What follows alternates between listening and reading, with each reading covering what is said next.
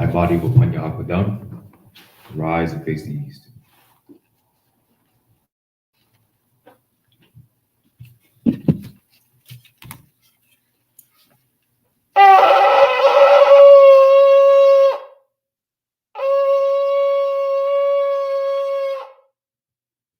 Hallelujah. Hallelujah. Hallelujah. Hallelujah. Hallelujah. Hallelujah. Calling of the 12 tribes. Tribes to the east.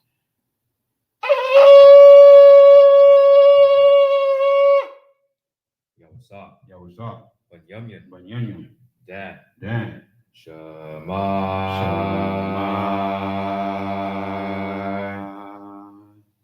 Yasharala. Yasharala. Yahweh. Yahweh. Allah. Hainawa. Hainawa. Yahweh.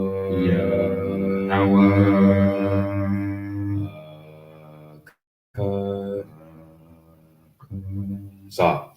Turn to the right. Drive to the south.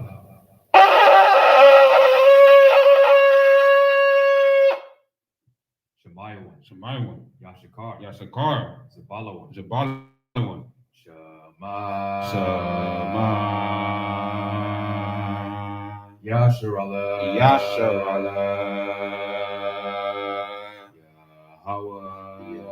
Yahweh. Hainawa.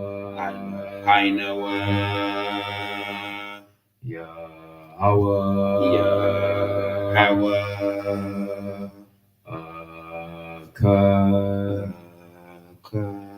Stop. Turn. Tribes to the west.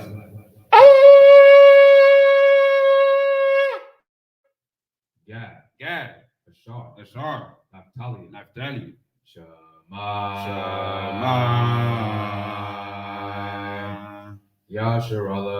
Yasharala. Yahweh. Yahweh. Hainawa. Hainawa. Yahweh. Yahweh.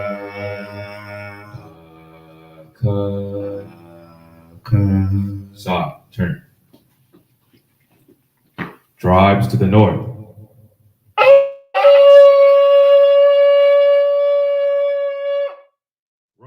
Reuben. Yahweh. Yahweh. Loyah. Loyah. Shema. Shema. Yasharala. Yasharala. Yahweh. Yahweh. Allah. Hainawa. Hainawa. Yahweh. Yahweh.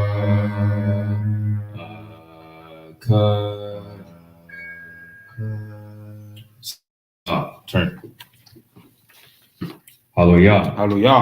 Hallelujah. Hallelujah. Blessing of the Shabbat. Repeat the Hebrew only.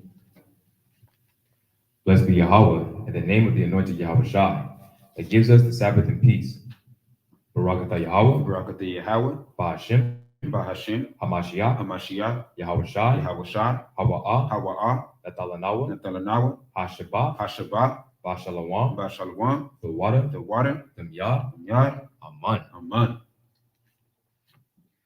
Blessed be Yahweh in the name of the anointed Yahweh Shai that gives us the law. Barak atah Yahweh. Barak atah Yahweh. Ba'Hashem. Ba'Hashem. Hamashiach. Hamashiach. Yahweh Shai. Yahweh Shai. Hawa'ah. Hawa'ah. Natalanawa. Natalanawa. Hatharah. Hatarah. The water. The water. Yad. Yad. Aman. Aman. Blessed be Yahweh in the name of the anointed Yahweh Shai that gives us the light to see. Barak atah Yahweh. Barak atah Yahweh. Ba'Hashem. Ba'Hashem. Hamashiach. Hamashiach. Yahweh Shai. Yahweh Shai. Hawa'ah. Hawa'ah. Natalanawa. Natalanawa. Ha'awor. Ha'awor. Laka'ah. Laka'ah. Blessed be Yahweh in the name of the anointed Yahweh Shai that gives us the ram's horn to call the people. Barak atah Yahweh, Barak atah Yahweh, Bahashem, Bahashem, Hamashiach, Hamashiach, Yahweh Shai, Yahweh Shai, Hawa'ah, Hawa'ah, Natalanawa, Natalanawa, Ha'awar, Ha'awar, Ha'ayal, Ha'ayah, Quran, Quran, Lakara'ah, Lakara'ah, Ha'ayim. Ha'ayim.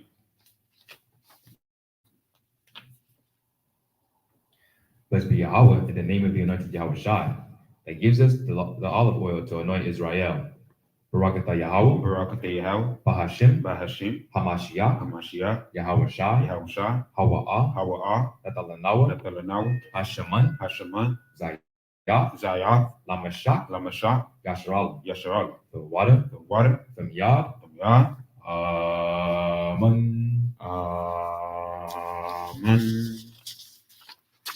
Psalms 92 in English. It is a good thing to give thanks unto the Lord and to sing praises unto thy name, O Most High, to show forth thy loving kindness in the morning and thy faithfulness every night, upon an instrument of 10 strings and upon the psaltery, upon the harp with a solemn sound. For thou, Yahweh, hast made me glad through thy work. I will triumph in the works of thy hands. O Yahweh, how great are thy works, and thy thoughts are very deep. A brutish man knoweth not, neither doth the fool understand this. When the wicked spring as the grass, and when all the workers of iniquities do flourish, it is that days shall be destroyed forever. But thou, Yahweh, art most high forevermore. For lo, thine enemies, O Yahweh, for lo, thine enemies shall perish. All the workers of iniquity shall be scattered. But my horn shalt thou exalt like the horn of a unicorn. I shall be anointed with fresh oil. My eye also shall see my desire on my enemies, and my ears shall hear my desire of the wicked that rise up against me. The righteous shall flourish like a palm tree. He shall grow like a cedar in Lebanon. Those that be planted in the house of the Lord shall flourish in the courts of our power. They shall still bring forth fruit in old age. They shall be fat and flourishing, to show that the Most High is upright. He is my rock, and there is no unrighteousness in him. By Hashem HaMashiach Yahushua, the water from Yah. Amen. Amen. The Ten Commandments, repeat the Hebrew only. La'ah, La'ah, Yahaya, Yahaya, Lakah, Lakah, Alahayim, Alahayim, Akorim, Akorim, Al-Panya, Apunya, La'ah, La'ah, Daisha, Daisha, Lakah, Lakah, Pesah, Pesah, Wala'ah, Wala'ah, Daibadam, Daibadam, La'ah, La'ah, Talakwakwa, Talquaqua, Shum, Shem, Yahweh, Yahweh, Bashawa, Bashawah, Zikar, Zakar, Hayawam, Hayawam, Hashabah, Hashabah, Akadashua, Hakadash, Kabad, Kabad, Abaka, Abaka, Wa'amaka, Wa'amaka, La'ah, La'ah, Thratizak, Taratizak, La'ah, La'ah, Tana'ah, Tana'ah, La'ah, La'ah, Thaganab, Diagonal, La'ah, La'ah, Dainah, Diana, Shakor, Shakor, La'ah, La'ah, Thakamad, Diakama, Kal, Ka, Asherah, Asherah, Lara'ika, Laraikan, Ba'ashim, Bahashim, Hamashiach, Hamashiach, Yahweh Shai, Yahushai, the water the water, from Yad, Yah, Amen. Amen. 10 Commandments in English, Exodus chapter 20. And the Most High spake all these words, saying, I am the Most High thy power, which have brought thee out of the land of Egypt, out of the house of bondage. Thou shalt have no other gods before me. Thou shalt not make unto thee any graven image, or any likeness of anything that is in heaven above, or that is in the earth beneath, or that is in the water under the earth. Thou shalt not bow down thyself to them, nor serve them. For I, the Most High thy power, am a jealous power, visiting the iniquity of the fathers upon the children and the third and fourth generation of them that hate me, and showing mercy unto thousands of them that love me and keep my commandments. Thou shalt not take the name of the Most High thy power in vain, for the Most High will not hold them guiltiness that taketh his name in vain. Remember the Sabbath day to keep it holy. 6 days shalt thou labor and do all thy work, but the seventh day is a Sabbath of the Most High thy power. In it thou shalt not do any work, thou, nor thy son, nor thy daughter, thy manservant, nor thy maidservant, nor thy cattle, nor thy stranger that is within thy gates. For in 6 days the Most High made heaven and earth and sea, and all that in them is, and rested the seventh day. Wherefore the Most High blessed the Sabbath day and hallowed it. Honor thy father and thy mother, that thy days may be long upon the land of which the Most High thy power gave thee. Thou shalt not kill, thou shalt not commit adultery, thou shalt not steal, thou shalt not bear false witness against thy neighbor, thou shalt not covet thy neighbor's house. Thou shalt not covet thy neighbor's wife, nor his manservant, nor his maidservant, nor his ox, nor his donkey, nor anything that is thy neighbor's. By Hashem Hamashiach Yahushua, the water, the Yah, Amen. Amen. The Otto one Palau, the Lord's Prayer. Repeat the Hebrew only. Abanawa, Abanawa, Shabbat Shemayim, Shabbat Shemayim, Quadash, Quadash, Hayah, Hayah, Shamka, Shumka, Yahweh, Yahweh, Malakwavka, Malakwavka, Thaba'ah, Taba'ah, Ratazah, Ratazaka, Hayah, Hayah, Aisha, Aisha, Baharatiza, Baharatiza, Kawah, Kawa, Hayah, Hayah, Bashamayim, Bashamayim, Natalanawa, Natalanawa, Lakam, Lakram, Kayawam, Kaiwan, Wasalaknawa, Washalaknawa, Kawabathanawa, Kawabrafnawa, Kasalaknawa, Kasalaknawa, Kawabathanawa, Kawabrafnawa, Wala'ah, Wa'a, Tabianawa, Tabianawa, Manasaiwan, Venezuela, Abal, Abal, Awashainawa, Awashinawa, Mayan, Mayan, Rai, Rai, Kaya, Kaya, Laka, Laka, Hamalakwa, Hamalakwa, Wa'al, Wa'ala, Wa'athai Parath, Wa'atai Perah, Lai Walamyam, Lai William, Ba'ashim, Bahashim, Hamashiach, Amashiach, Yahweh Shah, Yahushua, the water, the water, from Yad, the Yah, Amen. Amen. The Lord's Prayer in English. Matthew chapter 6, starting at verse 9. After this manner, therefore, pray ye, Our Father which art in heaven, hallowed be thy name. Thy kingdom come, thy will be done in earth as it is in heaven. Give us this day our daily bread, and forgive us our debts as we forgive our debtors. And lead us not into temptation, but deliver us from evil. For thine is the kingdom, and the power, and the glory forever. Amen. For if you forgive men their trespasses, your heavenly Father will also forgive you. But if you forgive not men their trespasses, neither will your Father forgive your trespasses. By Hashem HaMashiach Yahushua, the water from Yah. Amen. Amen. Hallelujah. Hallelujah. Hallelujah. Hallelujah. Psalms 121. Repeat the Hebrew only. Anashai, Anashai, Ayam Yanya, Ayam Yam, Ayu, Ayo, Ariam, Hayaram, Mayan, Mayan, Yabawa, Yabawa, Isaiah, Isaiah, Isaiah, Isaiah, Yabawa, Yabawa, Yahweh, Mayahawa, Shaisha, Shaisa, Shemayim, Shemayim, Baharatiza, Baharatiza, La'a, La'a, Yanathan, Yanathan, Lamawat, Lamawat, Regalia, Regaya, Yala'a, Yala'a, Iowam, Naiwam, Shashamaria, Shashamaria, Aina, Aina, Yala'a, Yala'a, Iowam, Naiwam, Wala'a, Wala'a, Yashan, Yashan, Shashawamar, Shashawamar, Yasharala, Yasharala, Yahweh, Yahweh, Shemaria, Shamaria, Yahweh, Yahweh, Tezalia, Tezaria, Ayu, Ayu, Yam Yanya, Yam Yam, Yad, Yah, Hashamash, Hashamash, Yala'a, Yala'a, Hakaya, Hakaya, Bayawam, Bayawam, Wala'a, Wala'a, Halabana, Halabana, Balayala, Balayala, Yahweh, Yahweh, Yashamaria, Yashamaria, Makal, Makal, Rai, Rai, Yashamaria, Yashamaria, Napashia, Napashia, Yahweh, Yahweh, Shamaria, Shamaria, Hawalakia, Hawalakia, Wabuya'a, Wabuya'a, Maitha, Maitha, Wa'ai, Wa'ai, Iwalam, Iwalam, Bahashim, Bahashim, Hamashiach, Mashiach, Yahweh Shah, Yahweh Shah, the water, the water, Yad, the Yah, Amen. Amen. Psalms 121 in English. It's like it. Come on, Psalms 121.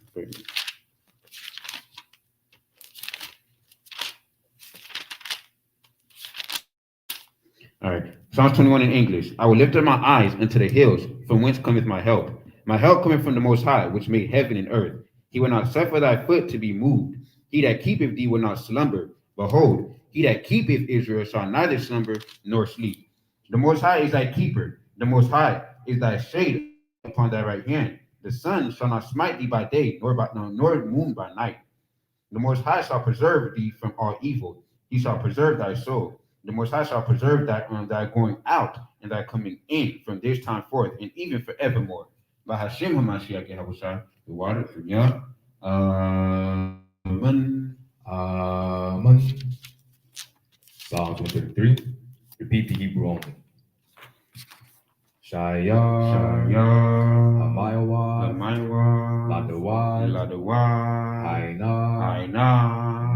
Ma, Tawab, Wama, Nalyam, Shabbat, Akim, Gum, Yakad, Kashaman, Hatawab, Ayu, Haraash, Yara'ad, Ayu, Hazakwan, Zakwan, Aharan, Shayarad, Ayu, Haya, Madawathiwa, Qatar, Rumwan, Shayarad, Ayu, Haraya, Taziawan, Kaya, Shem, Tazawad, Yahweh, Hath, Habarakah, Hayam, Id, Iwalam, Bahashim, Hamashiach, Yahushai,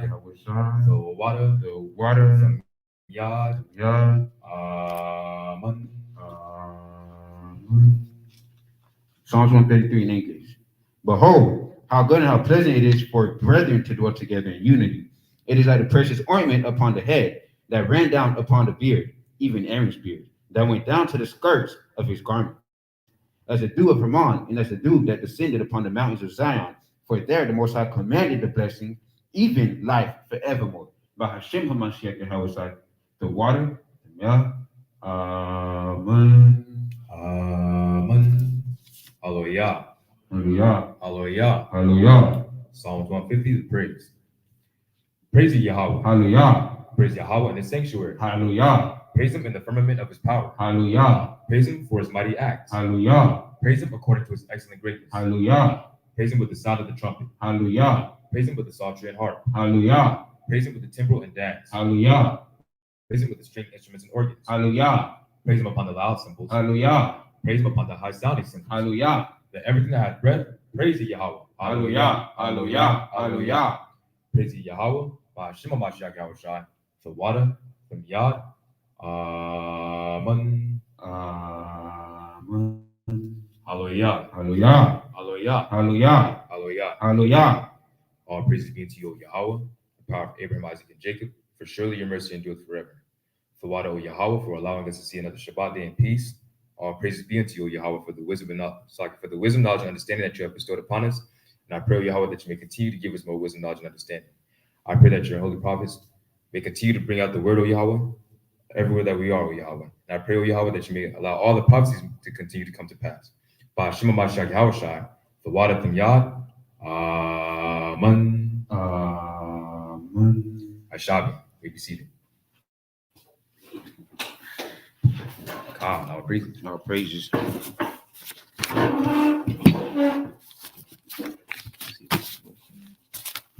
Oh, sister texted me.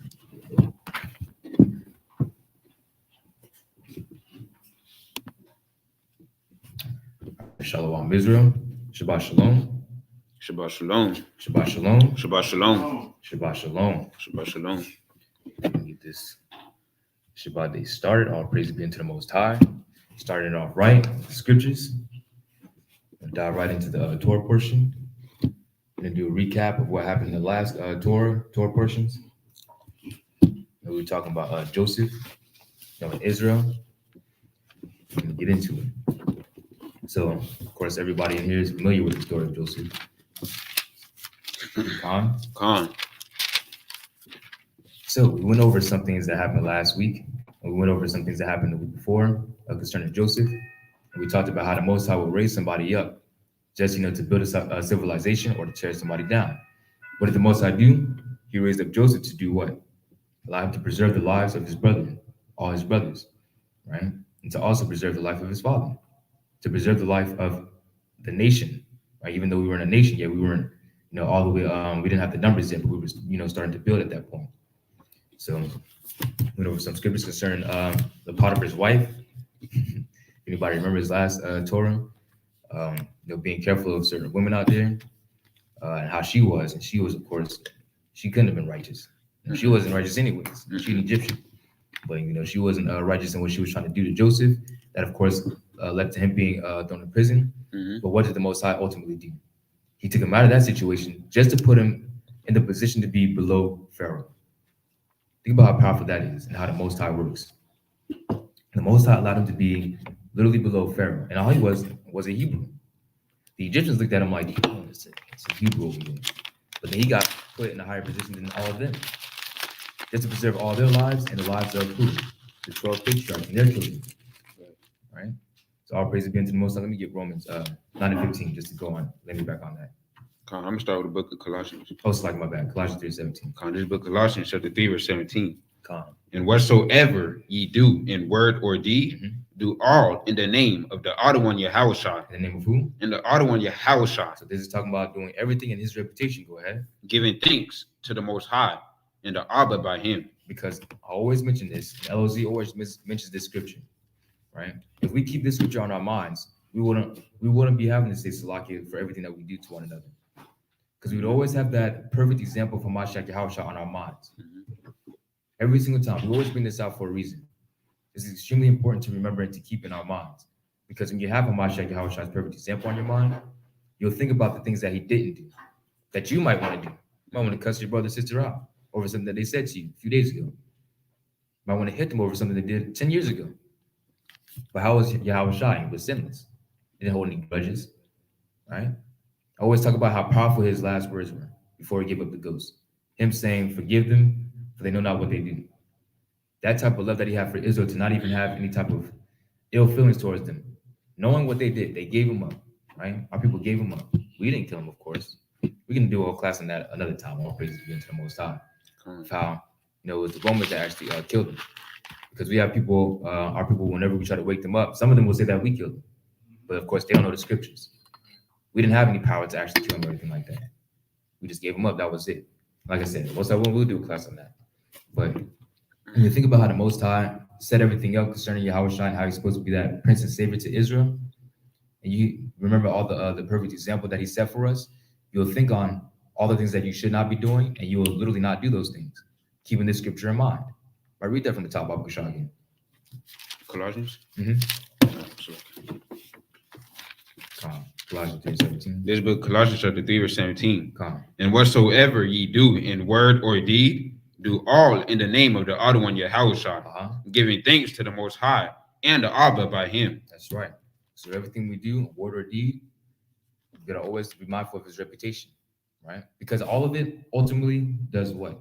It stains the name of the Most High if we do wrong, right? We think about how Mashiach Yahushua's perfect reputation, about how he was, living perfect on the earth. We always got to see that reputation that he had, or see that perfect example that he had and set for us. But ultimately, you have to remember, we stain the Most High's name. Right. So that's why we have to look at how Mashiach Yahushua's perfect example in the first place. Because it's possible, right? Of course, we know that before we got to the truth, we did things that we feel very bad about, we feel terrible about. But when you think about the fact that now you have another chance, think about how Mashiach Yahushua's perfect example that he said. Try to do better. Love your brother and sister the best way that you can. All right. Going back to what I was saying before, Salaki, as far as Joseph, let me get Romans 9. Oh, yeah, 15. Romans chapter 9, verse 15. Mm-hmm. For he said to Moses, I will have mercy on whom I will have mercy, and I will have compassion on whom I will have compassion. So then it is not of him that willeth, nor of him that runneth, but of the Most High, but of the Most High, but of the Most High that showeth mercy. That's right, because the Most High is the one who ultimately shows mercy. You can't say that I became king by myself. I became Pharaoh by myself. I got in high position by myself. It's ultimately the Most High that does all these things, that moves somebody up the ranks, etc. Right? If you see somebody being the president, there's a reason why they're the president. Right. They might be extremely wicked, but it's to bring down this country. Right? We talked about, I believe we talked about Barack Obama a little bit last night. His presidency. What did he do? What was his whole goal and his whole plan? Well, we see the biggest scope of how the Most High works, showing that this place is what spiritually called Sodom and Egypt for a reason. Right. And he ushered that thing in perfectly. Think about that. When we wake our people up, now they get to see, these things in our time, in real time. Like, yo, If you remember how Sodom was, now you see it in America. Sodomy is running rampant over here. Now you see why it's called spiritually Sodom in Egypt. So the Most High, just as the Most High raised him up in these last days to do what? Be a president, just to bring that in, to usher that in. It's the same way how the Most High, even back then, raised up the Pharaoh to do what? To Joseph. Exactly. Calm. Think about that. Right? Continue on that. Verse 17. Uh-huh. Romans chapter 9, verse 17. For the scripture saith unto Pharaoh, even for this same purpose have I raised thee up. Now the Most High is literally giving an example right here. Right. The Most High raised up the Pharaoh of Moses' time, right? He raised him up to do what? Go ahead. That I might show my power. That he might do what? Show my power. That the Most High might show his power in doing what? In thee. And that my name might be declared throughout all the earth. Because you have to understand what the Most High was doing to Egypt back then. It wasn't nothing. It wasn't a cakewalk. Right. The people were going through it. Right. All those curses, yo, that's a scary thing, man. Imagine being an Egyptian back in those days. Right. And you thinking you got all these gods and all these wizards, all these magicians and these magical people, just for the God of Israel, these people that you've been oppressing for a long amount of time to just tear you down in front of these people that you call weak. Think about that. That's funny to me. I love it. All praise be unto the Most High. All right, you want me to turn up your mic? Yeah, I can't. So I got to put it to my face, but it's good. Right. Calm. So when you think about the power of the Most High, right, we should be fearing the Most High. Calm. Heavy calm. Big calm. You got to be fearing the Most High. Because when we did the class concerning, fearing the Most High, it shows why you should be fearing the Most High. The Most High able to just take somebody's life like that? Because if he can raise up Pharaoh to do what? To rule over you, how much more fear the Most High that he can just take your life away using that same Pharaoh, using a guard, somebody that's around you that you're already on edge about. For example, the police officers today, right? The Most High is judgment set. So it's not because the police officers just like, yeah, we're gonna go out there and just kill them. No, who put it in their mind to do that? Right? If we're doing right, we're gonna be okay. We're gonna be protected, even in the face of danger when we're out there teaching on the streets. Right. Right. We don't fear what man can do to us. We fear what the Most High can do. Calm. Because the Most High is the one in control. Right. So when just as he was with Pharaoh, the Most High raised up Pharaoh to do what? Show his power. Show his power to Israel. Show his power to all the nations around. The same thing that the Most High is doing today, raising up these presidents, these dictators, all these different things that we're hearing about in these different countries. The Most High is the reason why all these things are happening. This prophecy has to happen. That's right. This place is going down. By Shema Mashiach Yahushua. That's right. Is that it on that? Actually, yeah. Continue a little bit. Verse 18. Verse 18. Therefore hath he mercy on whom he will have mercy. Because the Most High had mercy on the Pharaoh before that Pharaoh, right? Right. Allowing him to do what? He raised that Pharaoh to allow Joseph to be right underneath him, right? To allow his brothers to live, giving them food, allowing all the Egyptians at that time to live. The Most High had mercy on them because of us, believe it or not, right? Think about it in that way. But guess what the Most High also did literally right after that, right? He tore the other Pharaoh down. He was the one Pharaoh to do what? To allow Israel to grow. Then once we grew, then this prophecy concerning us being a stranger in that land and captives in that land had to happen that he told to Abraham. Think about that, right? Go ahead. I think that's think a little bit more. In whom, verse 18, to finish it. In whom he hardened. He does hardened what? it. He does what? Hardened it. Because the Most High hardened the next Pharaoh's heart, and Adam utterly destroyed. Right. Think about that. You don't want to be in that position, right? You don't want to be in that position. You want to be in a position in the favor of the Most High. And these other nations, when they continue to keep us down, what happens? When these other nations continue to keep us down, they know that they're keeping us in sin, and they're being able to rule over us, right? But what happens when we reject their ways, when we reject what they want to teach on us, or when we reject their power and rulership? We come back to the Most High. We get out of this, and then the Most High ultimately protects us. That's who we should be fearing. You don't fear the police officer that's on the street corner watching you. Right. You fear the Most High who created that police officer, who created you to be in any position that you're in. Khan? All right, so let's get into the Torah portion. Genesis 47. Genesis 47. And this book of Genesis, chapter 47, verse 28. Khan. And And Jacob lived in the land of Egypt Mhm. 17 years. How long? 17 years. That's a good long while. And he was already up there in age. Go ahead. So the whole age of Jacob was 147 years. It was what? 147 years. So how old was Joseph? Not Joseph. How old was Jacob when he first got to Egypt? Anybody got an answer? It's good. I mean, if you don't know, it's fine. I'm talking about you too. Yeah. Think about that. How long did it say that he was there?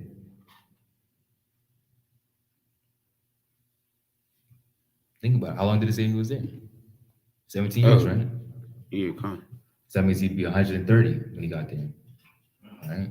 130. He was up there in age. He wasn't a young man anymore.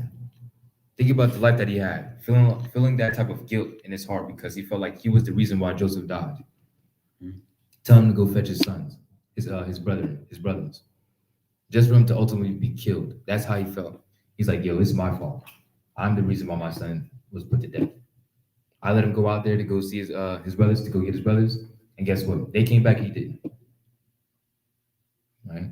Mhm. That's not a type of feeling that your parents should be feeling. You shouldn't want that. Your parents want to be able to live to see you grow up, not the other way around. As far as your parents seeing you die, you don't even get a chance to age. That weighs heavy on the heart, especially if they feel like they're the reason why. Right? Think about how Joseph felt. And you can only imagine how parents feel today. Because last night we went over some scriptures, I believe in 1 Timothy 3. We can probably touch on that a little bit too.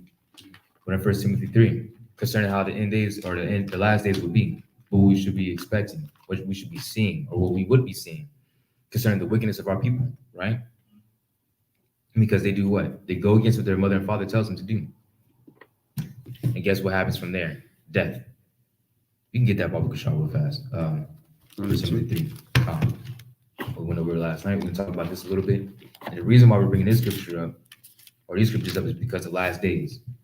And we're going to be going over Genesis 49 a little bit today. And it talks about the last days, where the tribes will be, who they are, etc. So we're going to be going over that. So we're mentioning the last days right now. Go ahead. This book of 2 Timothy, chapter 3, starting at verse 1. Uh-huh. This know also that in the last days, In the what? in the last days, Uh-huh. perilous times shall come. That's right. Perilous times shall come. We're in those perilous times right now, Con.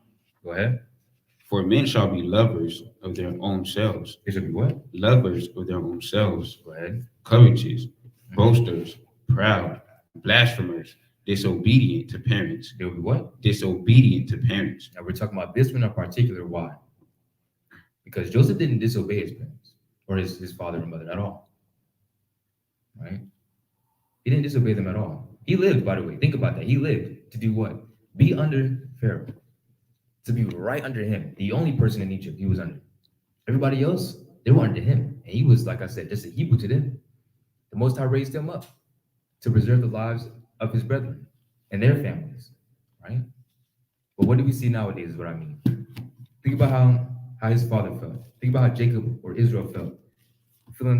Having that feeling of guilt because I let my child go out there and he died. Right? But now, so we feel, or we see these things in real time, as far as how our children don't listen to our parents. The children don't listen to their parents, and guess what? Death comes. Death and destruction. Because what do our people do? Adamantly kill one another. They don't have any type of future in their own eyes. They don't see anything past the hood. They don't see themselves going anywhere. So they kill one another. They sell, stuff to each other that we don't need to say, right? They do all manner of wickedness. God. So dope. God, they sell that, man. They don't themselves, exceeding what they've already seen in life. Because all they have around them is people who don't do anything with themselves like that. They don't have that good example. That's why we should be setting an example. Con? We're our fringes, we go out there, we're fearless, right? We got the Most High on our side. Right? Look at us two young brothers. We could be an example to the nation, can't we? Just like the elders are an example to us. They're an example. Anybody can be an example when you wake up, right? The Most High raises up people just to put them in a position to wake somebody else up. It's possible. We've seen it.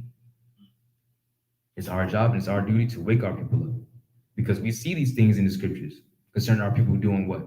Disobeying their parents, right? And we talk to them. I've talked to multiple brothers and sisters, and they're like, yo, you're right. I should have did better. They apologize to their mother or father. They either do better or they'll go back into their sin, sadly. But it's still that factor of waking them up to who they are. Because at some point, you're going to tell somebody else. Right? The truth can continue to come out. Right? It's going to continue to come out. But we still got to be a light. We still got to show them the way. Right? That's Yahweh Shai. That's the law, statutes, and commandments. The way of the Most High. Right? You can continue a little bit on. Finishing verse 3. Unthankful, unholy. On what? Select verse 2. Unthankful, unholy. Because like I said, we went over pretty much every single word in this in these scriptures, by the way. Right now we're just skimming through it. But unholy. What does it mean to be holy? Separate, right? They're being unholy. They're not being separate from the ways of this world. They're conjoined to those. They love the things of this world.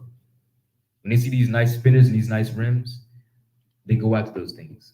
They're covetous, meaning they want the things of their neighbor or their brother or sister. They kill them, they rob them. Right? At first, it used to just be at night. The robberies were completely at night. And then during the day, it just started getting bad too.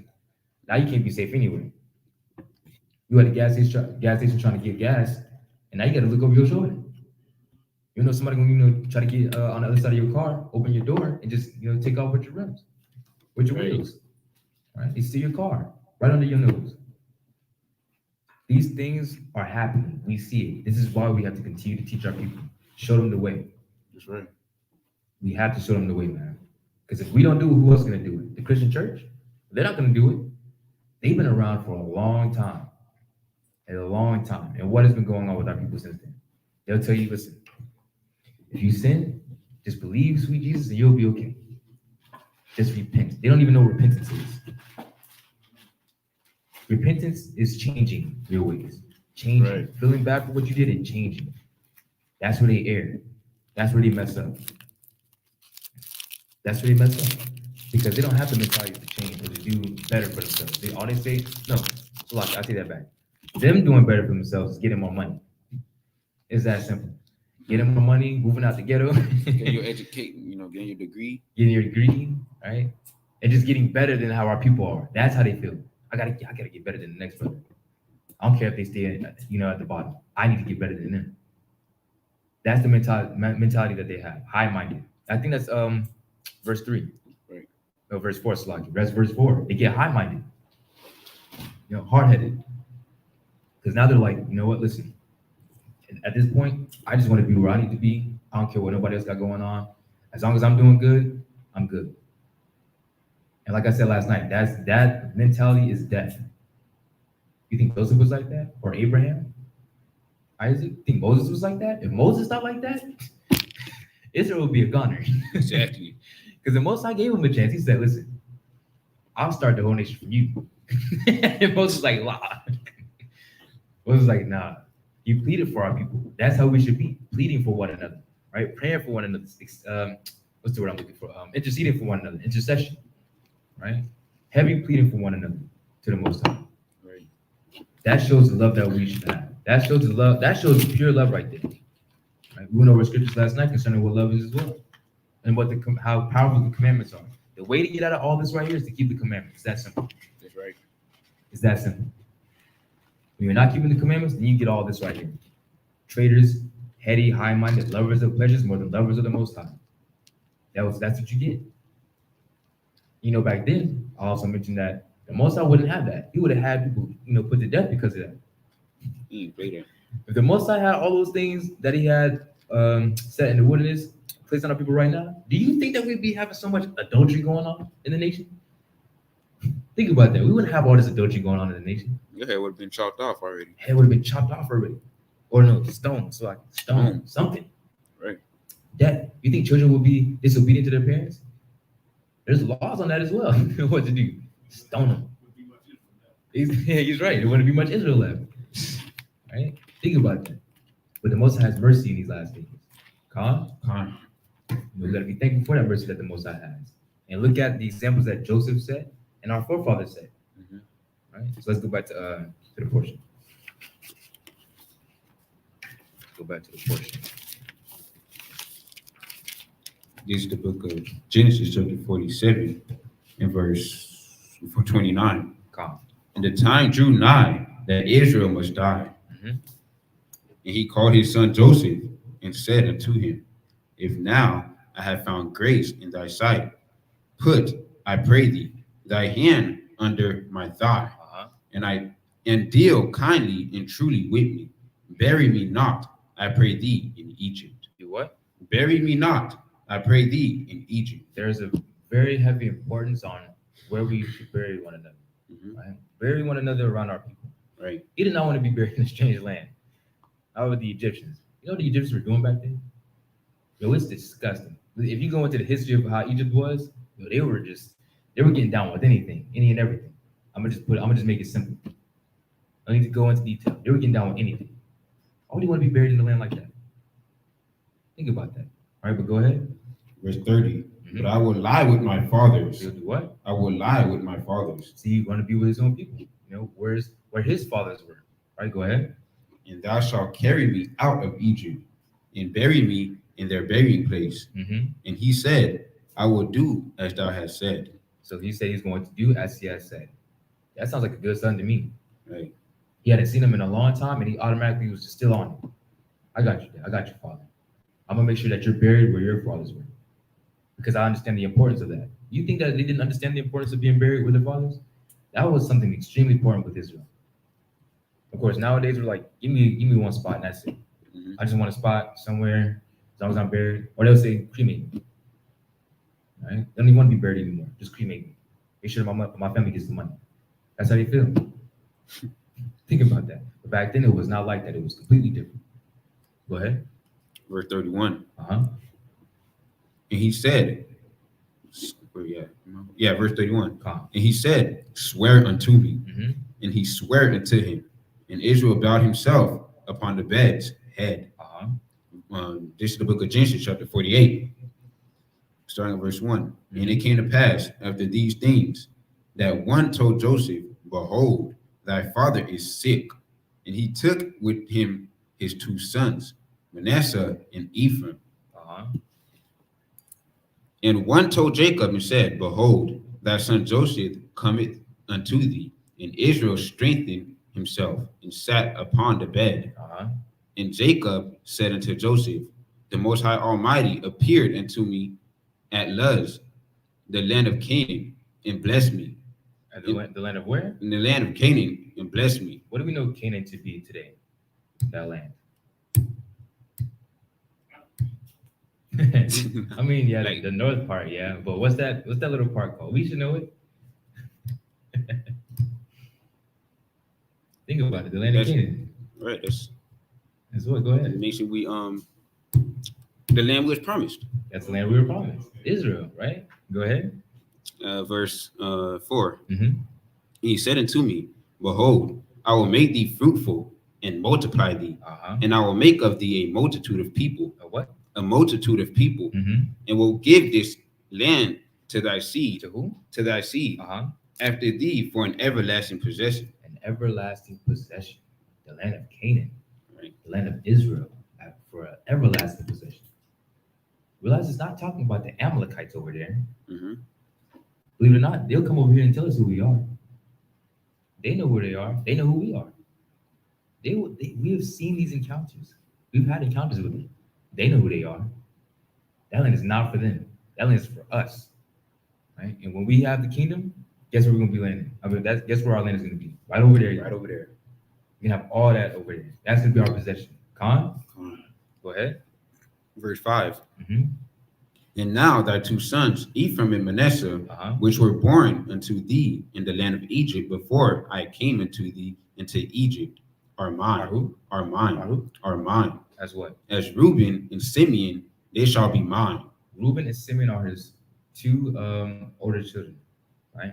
So he's literally telling us right here that those two children, Ephraim and Manasseh, are going to be as his children as well, even as his firstborn, right? If we look at Ephraim and Manasseh, they are big, large group of people, Mhm. very fruitful tribes. Right. Actually, like we were just talking about that the other day. Actually, Mhm. very fruitful. All right, go ahead. Yeah, man. Verse 6. Mm-hmm. And thy issue, which thou begettest after them, shall be thine, Uh-huh. and shall be called after the name of the brethren in their inheritance. Called after the name of their brethren in their inheritance. All right, go ahead. And as for me, when I came from Padan, Mm-hmm. Rachel died by me in the land of Canaan, Uh-huh. in the way, when yet there was but a little way to come unto Ephrath. And I buried her there in the way of Ephrath. The same is Bethlehem. He was buried where? In the way of Ephrath, the same is Bethlehem. So that's where she was buried. Right. Right. We talked about the importance of where the burial places are. Let me get Genesis 23 and 19, Bible shop. Let's see where this originated at. The specific place that he's talking about, where his fathers were buried. You can just go ahead and read it. This book of Genesis, chapter 23, verse 19. Uh-huh. And the field and the cave that 23:19. oh, that was Salaki. Mm-hmm. This is the book of Genesis, chapter 23, verse 19. Come. And after this, Abraham buried Sarah, his wife, in the cave of the field of Machpelah Uh-huh. before Mamre. Uh-huh. The same is Hebron in the land of The Canaan. land of where? In the land of Canaan. So that's where he wants to be buried. Right? Let's get another scripture. Genesis 25:10. Genesis 25:10. There's a point that I'm trying to make with this. Go ahead. This book of Genesis, chapter 25, verse 10. Uh-huh. The field which Abraham purchased of the sons of Heth, Mm-hmm. there was Abraham buried. There was Abraham buried, and his wife, Sarah, his wife. So this place is where they were buried. Keep that in mind, right? 25:19. Go drop into 35:19. So like 35:19. Go ahead. Book of Genesis, chapter 35, verse 19. Mm-hmm. And Rachel died and was buried in the way to Ephrath, which is Bethlehem. Where? Which is Bethlehem. God. 49 and 29. Bible shop. We're gonna read that anyways, but I still want that point. Go ahead. This book of Genesis, chapter 49. Said 49 what? So I get 49 and started 29. Verse 29. And he charged them and said unto them, I am to be gathered unto my people. Bury me with my fathers in the cave that is in the field of Ephrath the Hittite. Mm-hmm. Verse 30. In the cave that is in the field of Machpelah. Didn't we just read about this? Think about that. Like I said, the history is very important to understand where they were buried, right? Because they were buried in the same place. They don't want to be separated. They wanted to be buried in the same place. All right, go ahead. Which is before Mamre in the land of Canaan, Mm-hmm. which Abraham brought with the field of Ephrath the Hittite for possession of a burial place. 31. Verse 31. There they buried Abraham and Sarah, his wife. And who else? There they buried Isaac Who? Isaac and Rebekah, his wife. And there I buried Leah. We'll get into that later. So all this is extremely important, right? How things were with our people back then is exactly how it should be. We should be wanting to be buried in the same place. Sadly, we got to be buried in the land of our captivities, though. But think about how important it was back then. More so, us coming back together in these last days, we should be feeling the same exact way. Come, go back to the Torah portion. So like This book of Genesis, chapter 48, verse 8. Mm-hmm. And Israel beheld Joseph's son and said, Who are these? And Joseph said unto his father, They are my sons, whom the Most High hath given me in this place. And he said, Bring them, I pray thee, unto me, and I will bless them. He'll do what? I will bless them. Go ahead. Verse 10. Now the eyes of Israel were dim for age, so that he could not see. So you know what? He could not see. So at this point, he's getting to the point, or he's so old that he really can't see like that. Right. Right? He can't really see like that. So let's see an example of what's going to happen. Go ahead. And he brought them near unto him, and he kissed them and embraced them. And Israel said unto Joseph, I had not thought to see thy face, and lo, the Most High have showed me also thy seed. So this is a blessing, by the way, to be able to see your grandchildren at that age. Think about that.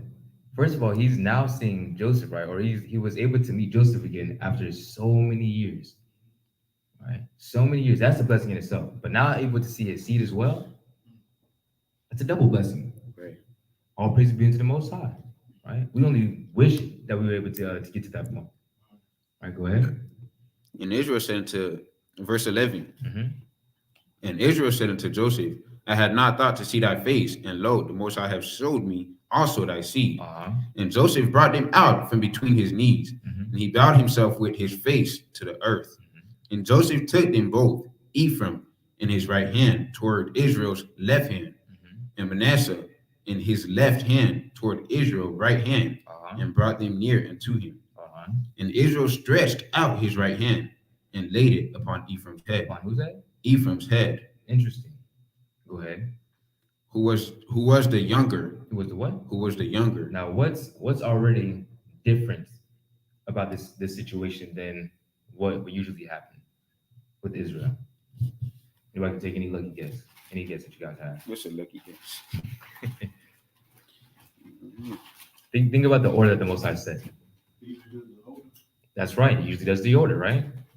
So think about that. He's putting his hand on the younger's head right now. Go ahead.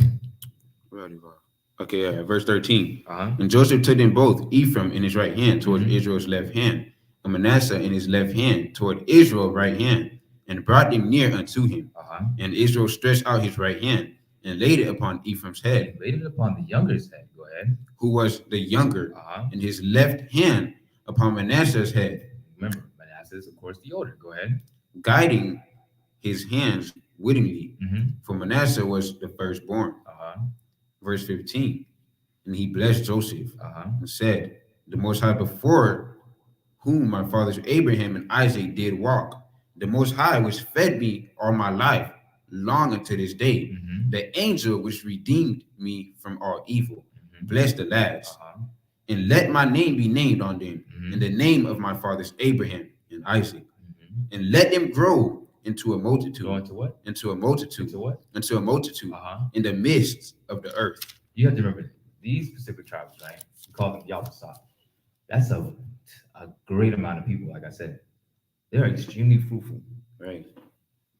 I think that they might be actually the most fruitful tribe, honestly. If you Yeah. think about them, and they go everywhere together. Right. Right? Ephraim be everywhere together, man. Ephraim and Manasseh. That's beautiful in itself. But we just gotta wake them up, man. You gotta shake them and wake them up. Mm-hmm. But when you look at how they are, you can see who they are today. You can see how they are. Because they're the exact same way. Right? Always fruitful and multiplying, and they're always together. All right, go ahead. Verse 17. Mm-hmm. And when Joseph saw that his father laid his right hand upon the head of Ephraim, it displeased him, and he held up his father's hand to remove it from Ephraim's head. So he tried to remove his hand from Ephraim's head. Why? Because Ephraim was a younger child. So he's thinking that his father made a mistake, right? Right? Mm-hmm. You hear that sound? Yeah, it's been going on All for the right, go ahead. longest. To remove it from Ephraim's head Mhm. unto Manasseh's head. Uh-huh. Verse 18. And Joseph said unto his father, not so, my father, for this is the firstborn. Put thy right hand upon his head. Do what? Put thy right hand upon his head. Mhm. Verse 19. And his father refused. His father what? His father refused His father refused. There's a reason why his father refused. Go ahead. and said, I know it, my son. I Meaning know. he literally already knew it. You gotta remember, his eyes are dim at this point. Right, He can't see. right, So what is leading him to putting his hand on this child's head? Think about that. right, That's the spirit, ain't it? right. Think about that. Because he really can't see like that. He already knew which child that his hand was on. Right? Go ahead. I know it. He also shall become a people, and he also shall be great. But what? But truly, his younger brother, Is what? his younger brother Shall be what? shall be greater than he. Is not Ephraim a very mighty and great tribe? Mhm. Was Ephraim not named, if I remember, the northern kingdom? Who was the king of the northern kingdoms? The head. The northern kingdom. So I said northern kingdoms. Yes, exactly. Khan, the head of the northern kingdom. Right? Think about that. Right. They had their kingships. All these things were already going to happen. You can already tell just by how it's written. Mhm. You understand the history, right? Everything was set up just for this cause. For later on, the tribes to break apart, and guess what? Now you got two sticks. Think about how powerful prophecy is when you think about it in that way. Literally, for the tribes to be broken up, the Most High to have Ephraim set up like that to be the hegemony or the higher the ruling tribe over the northern kingdom, and then Judah to be the ruling tribes of the southern kingdom. Right. Think about how beautiful that is, how the Most High set things up. Right? Go ahead. Verse 20. And he blessed them that day, Mhm. saying, indeed shall Israel bless, saying, the most, actually, did I read 19? You didn't finish 19, I don't think. Let me finish 19. Con. I'm going to start at the top. And his father refused and said, I know it, my son, I know it. He also shall become a people, and he also shall be great. But truly his younger brother shall be greater than he, and his seed shall become like he did. Go ahead. and his seed shall become a multitude of nations. Because Ephraim is pretty big. Ephraim also is a powerful tribe. We have a powerful Captain Yatazaka, right? Powerful Ephraimite right there. Perfect example of how good the tribe is and how powerful the tribe is, and he goes in through the scriptures, right? Through the Spirit. All praise be unto the Most High. Right. Just wanted to give him a shout out in the mention, right? Go ahead. Verse 20. And he blessed them that day, saying, indeed shall Israel bless, saying, the Most High make thee as Ephraim and as Manasseh. And he set Ephraim before Manasseh. And Israel said unto Joseph, behold, I die. But the Most High shall be with you, and bring you again unto the land of your fathers. Moreover, I have given to thee one portion. What? I have given to thee one portion. One portion, above thy brethren, which I took out of the hand of the Amorite with my sword and with my bow. Going to 49. This is the book of Genesis, chapter 49. And Jacob called unto his sons and said, gather yourself together, that I may tell you that which shall befall you in the last days. In the what? In the last days. Now, remember earlier we mentioned the last days. We mentioned the last days for a reason, right? Because we're in the last days. So we have an identifier in the scriptures about who the tribes will be. Because if you notice, Amalek over there wants to claim one tribe. They claim Judah. They're like, we're Jewish. We're the Jewish people, right? They know that they're not the Israelites. They're not the Most High's chosen people. They know this already, right? So when you look at how the Most High sets things up, as far as how we were going to be in the last days and where we were going to be in the last days, we know exactly who we are. We know who we are now. All praise be unto the Most High, right? You might have to close the door soon. You got an old elderly Edomite walk by. In their face, man. It's gonna in their face, man. Yeah, Con, they might start, talking about us not having ours on. But Con, when you think about where we are in these last days, right? We have an identifier in the scriptures, and this is one of them, 49, right? Go ahead. We're gonna talk. We're gonna just touch on them a little bit, though. And that proves, verse 1 proves that we're here today, because it says in the last days.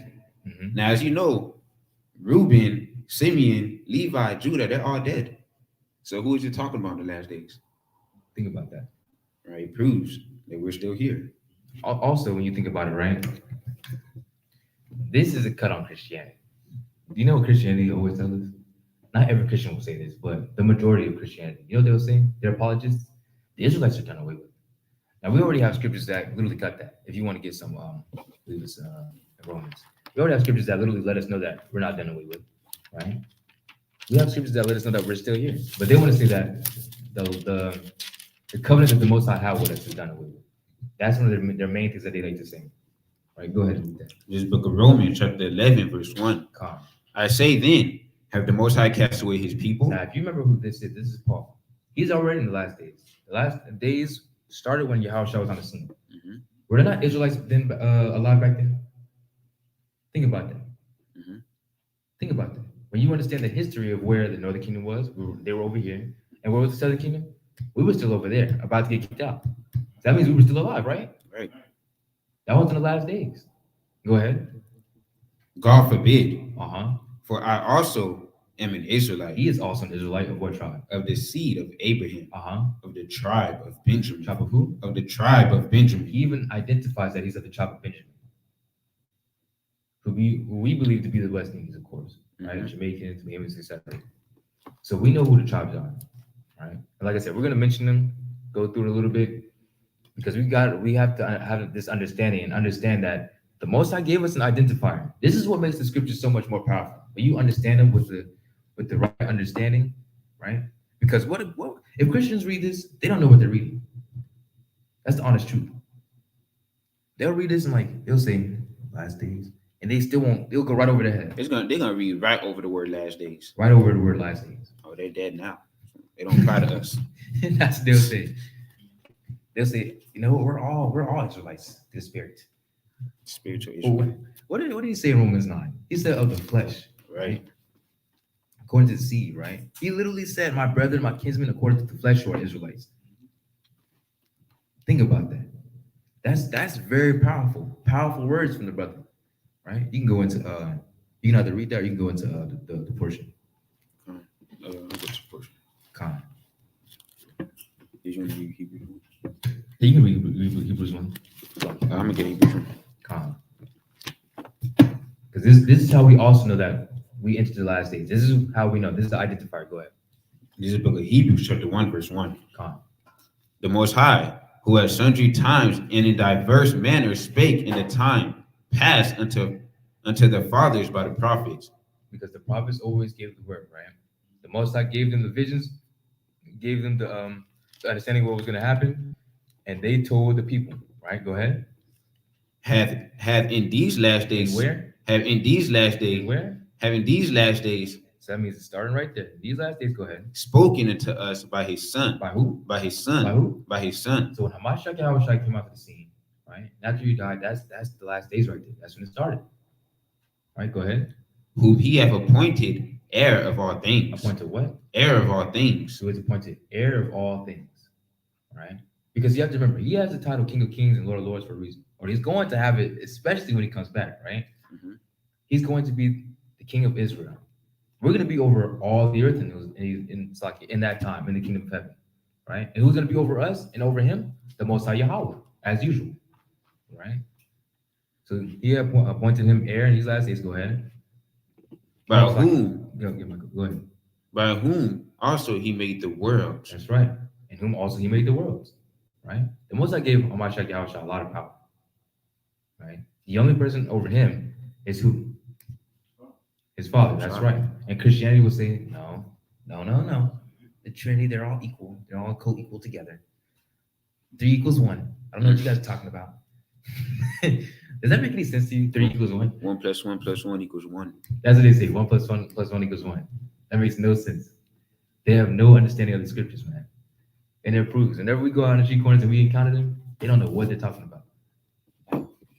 That's why we get so many views. Because they don't know what they're talking about. Right? They start dancing in their shoes because they don't know where they go. They don't know what's going on. That's what's going on, man. They don't know what's going on. They don't know the prophecies. They don't understand what's going on according to the scriptures. They err not understanding. Right? Go ahead. So that was it. Yeah, Genesis. So that's how we know we in the last days today. Calm. Right? And in verse 2, in Genesis chapter 49, verse 2, Calm. gather yourself together and hear, ye sons of Jacob, and hearken unto Israel, your father. Reuben, thou art my firstborn, my might, and the beginning of my strength, the excellency of dignity, and the excellency of power. Now, who is Reuben today? You remember? It's cool. Seminole Indians, right? Think about that. The indigenous, right? If you even look at the Seminole Indians, they look like they're older in the face. Not even to like make fun, but like just look at how they look. They just look like they're older automatically, right? That's the older child. That's the oldest child, right? Reuben. And we go through, like for example, whenever we go through understanding the children in where they are, their placement, like first to youngest, we can understand. We can see that. Right? When you look at Reuben, he literally looks like the oldest. That's what's funny about it, in my opinion. That's something that I noticed when I first woke up. It's like, Reuben, some Indians. They actually look like the oldest children. You look at Judah or Levi, you look at Benjamin, you look at Ephraim, these other tribes, they look younger than them, don't they? Just naturally. We just look like they're just, but their faces looks like they're just more stern or more serious than ours. Right, go ahead. They are very, it says, Reuben, thou art my firstborn, my might, and the beginning of my strength, the excellency of dignity and the excellency of power. Why? Because they were warriors. They were very skilled. They were very skilled at fighting. Right? They were great warriors actually. Right, let me get this actually. I believe it's in Chronicles. Yeah. Concerning because there were gifts given to the tribes as well. This is also how we can identify them. Right? This is also how we can identify them. Go ahead. This is the book of First Chronicles, chapter 5, verse 18. The sons of Reuben and the Gadites and half the tribe of Manasseh. Think about that, by the way. Slaki. Listen to the tribes that he just named. Read those tribes again. The sons of Reuben, similar Indians. Go ahead. And the Gadites. Who are they? Anybody know who they are? So-called Native Americans. That's right. Go ahead. And half the tribe of Manasseh. Go ahead. Of valiant men. Or what? Valiant men. Valiant men. Right. Go ahead. Men able to bear buckler and sword and to shoot with bow and skillful in war were 440,703 score that went out to the war. It's like you stop there. Listen to this. When you look at the history between the Native Americans, similar Indians, right? These specific tribes, they were giving Esau a hard time. It was giving Esau the business. Right. It's written and documented how these brothers, right, were going out to war and they were fast. They documented them to be really fast, right, over here in this land. They knew the land very well, setting up traps, booby traps and stuff. Yeah, very creative. Esau really was out on his limb, man. They had their gun. That's what they had. They had their gun, and they leaned on that so heavily. But what did the northern tribes have? Their wit. They had their bow. They had the gifts that the Most High gave them. This is how we identify them. Go ahead. They made all these things. That's how skillful they were. Think about it. They made all these things. Not like they went to the store and brought it and then practice. Right? No, they were very skilled. Think about that. Imagine them with guns. On all praises, got the buyout here. All praises. Think about that. They were not playing around. They were giving Esau the business, man. Right. What could Esau say in those days? They were like, yo, yeah, go ahead. I got a book called Black Indians. You ever read that? La. It talks about how, just like what you're saying, Mm-hmm. and now that you bring this out, that's why I need this teaching. It ties together. Because the only way Esau got rid of down in the Florida area was got rid of them was they got the black. What's the black soldiers? Buffalo soldiers. Buffalo soldiers, yeah. They got basically their brothers. They did, yes. Throw out, King. I mean, we talked about that as well, as far as not just now, but we talked about it before with the Akim, as far as how they were turning the tribes on each other. That's the only way that they can kill them. Because let me get that inside right. Never trust our enemy. Lucas 10. Oh, There's a reason why we don't trust our enemy. There is a huge reason why we don't trust our enemy. When you look at what they did, Esau knew exactly what they were doing, man. They knew exactly what they were doing. Because when they came over here, they really couldn't stand a chance. They had sicknesses on them, diseases, fresh off the boat. And then fresh off the boat. And the northern tribes, friendly, nice as usual, as Israel is. What did they start doing? Hey, we can teach y'all some agriculture. So you how to grow corn and stuff, things over here. And what they do, stab us in the back. It's like not us, but they stabbed the northern kingdom in the back. Right? Just as they stabbed us in the back over there. Right, go ahead. This book of Sirach, or Ecclesiasticus, chapter 12, verse 10. 12, my bad. Never trust thine enemy. What? Never trust thine enemy. Never trust thine enemy. Why? For like as iron rusted. Go ahead. So is his wickedness. This man is extremely wicked. Extremely wicked. Esau does not care, man. They never care for us. Our people still to this day want to just, what about them? Why can't we save them? Right? In our minds, we're just like, you have no idea the things that they've done. The things that these other nations have done to us. If y'all would have known, y'all would not be smiling in our face, trying to save them. Think about that. And even when we do try to tell them, they have that mentality of, it was the past. It was the past. Because that was what was beaten into us. That's the past. Just forget and forget. Forgive and forget. Yeah. What does Esau do over here? Celebrate holidays. That was from the past. Celebrate holidays from the past. They always mention 9/11. They always mention the Holocaust. Titanic. They mention all these things that happened in the past, right? Exactly. Forget slavery. Forget slavery. Forget slavery. And any of our brothers and sisters that's in school. I remember I was in school, right? Growing up, I'm just like, yo, I had conversations with my teachers and it was confounding them. They couldn't understand why I knew so much that they never heard before. I'm like, you know what's right here, right? This is our Bible, not y'all. I ended up having teachers that called me their favorite student because of that, right? Because I had to move with wisdom. You don't want to get, the dean called on you or the principal. So you talk to them a certain way. You're like, we're doing a history lesson today. Can I talk to y'all about something? And they were kind enough to let me talk, for real. And they were just like dumbfounded. They couldn't say nothing. Like, wow, I did not know that. I'm like, yeah, search it up right now.